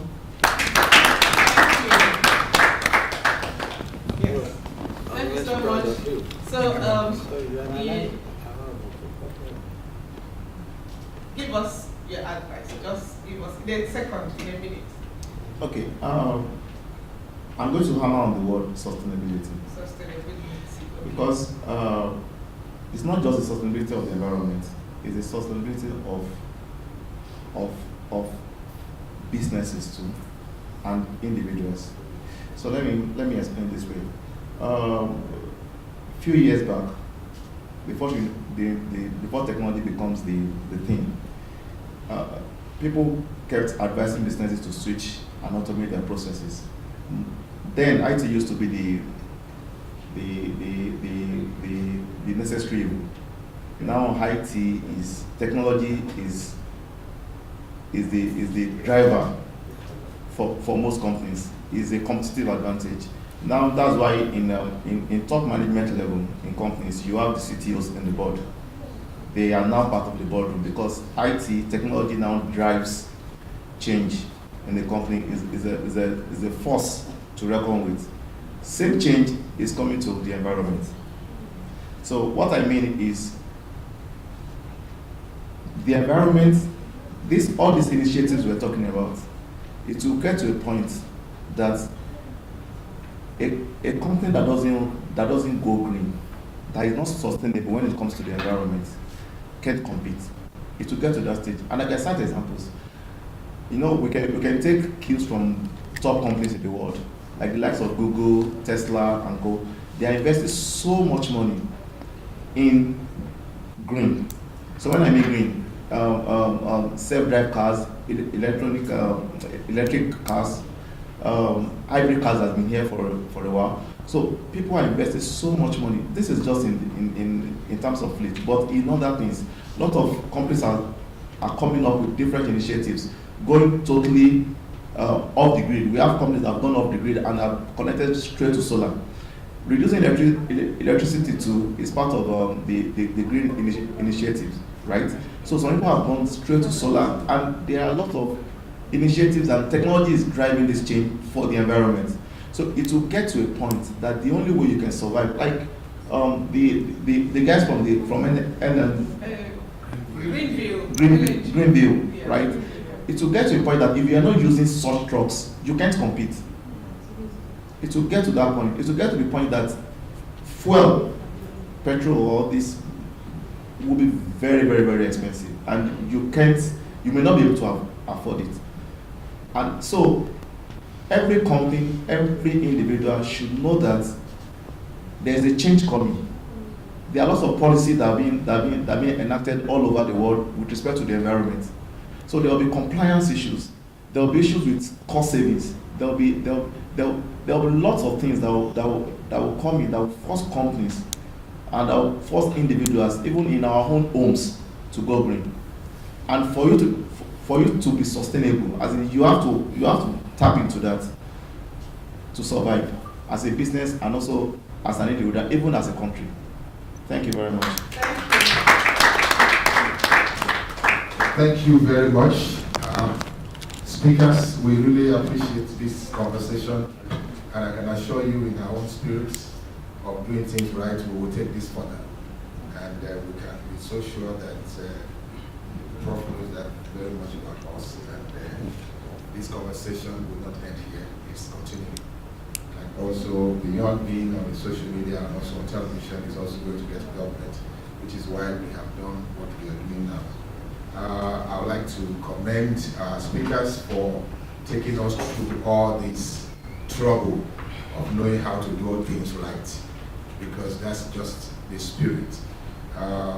Some of us who understand what green is all about, we should know that the world is the only world we have. If we protect it, we will live longer, and some of us will be safe eventually. Prof, thank you very much. Mr. Oresona, thank you very much. Mrs. Chibok, thank you very much. Mr. Adimola, thank you very much. We really appreciate it. And Mr. Weye, thank you very much. If you can, Maybe you want to do that participants are business conscious. I hope in the process of being business conscious, they will also remember the environment. Some of them are flew back to Abuja, and I'm sure that Shoma just mentioned the air. So when they are flying in the air, they should look at the greenery in the environment. So many of them came in and they got, but it's okay.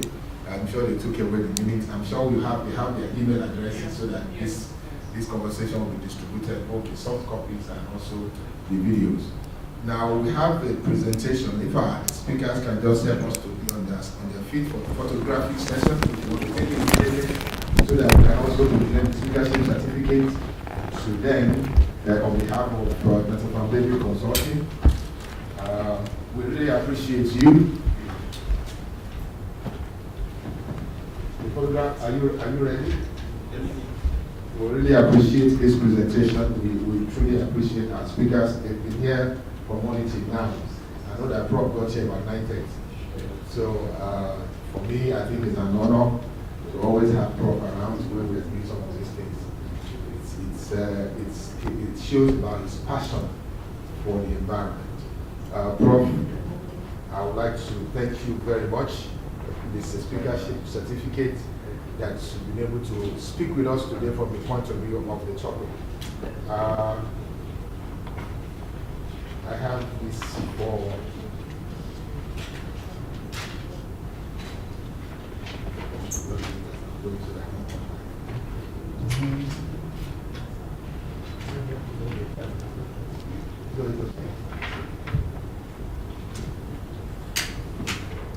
yes. Thank you very much. I really appreciate it. No worries. You will start using gas. So Kudari, thank you very much. We truly appreciate this. So thank you very much. Thank you so much. The photograph, are you okay? Sir, Prof, okay, the one okay. So you can see that everything is green. Yeah. Yes. Thank you very much. Thank you very much. Welcome. Thank you so much. We really appreciate it. I'd like to ask that Prof and Professor just raise your hand. Hold on. Well done. How are you? I did your part. Yes, I'm okay. I wonder how you guys are surviving there now. Thank you very much, sir. Pleasure. Thank you. Just eat of all these places in the fall.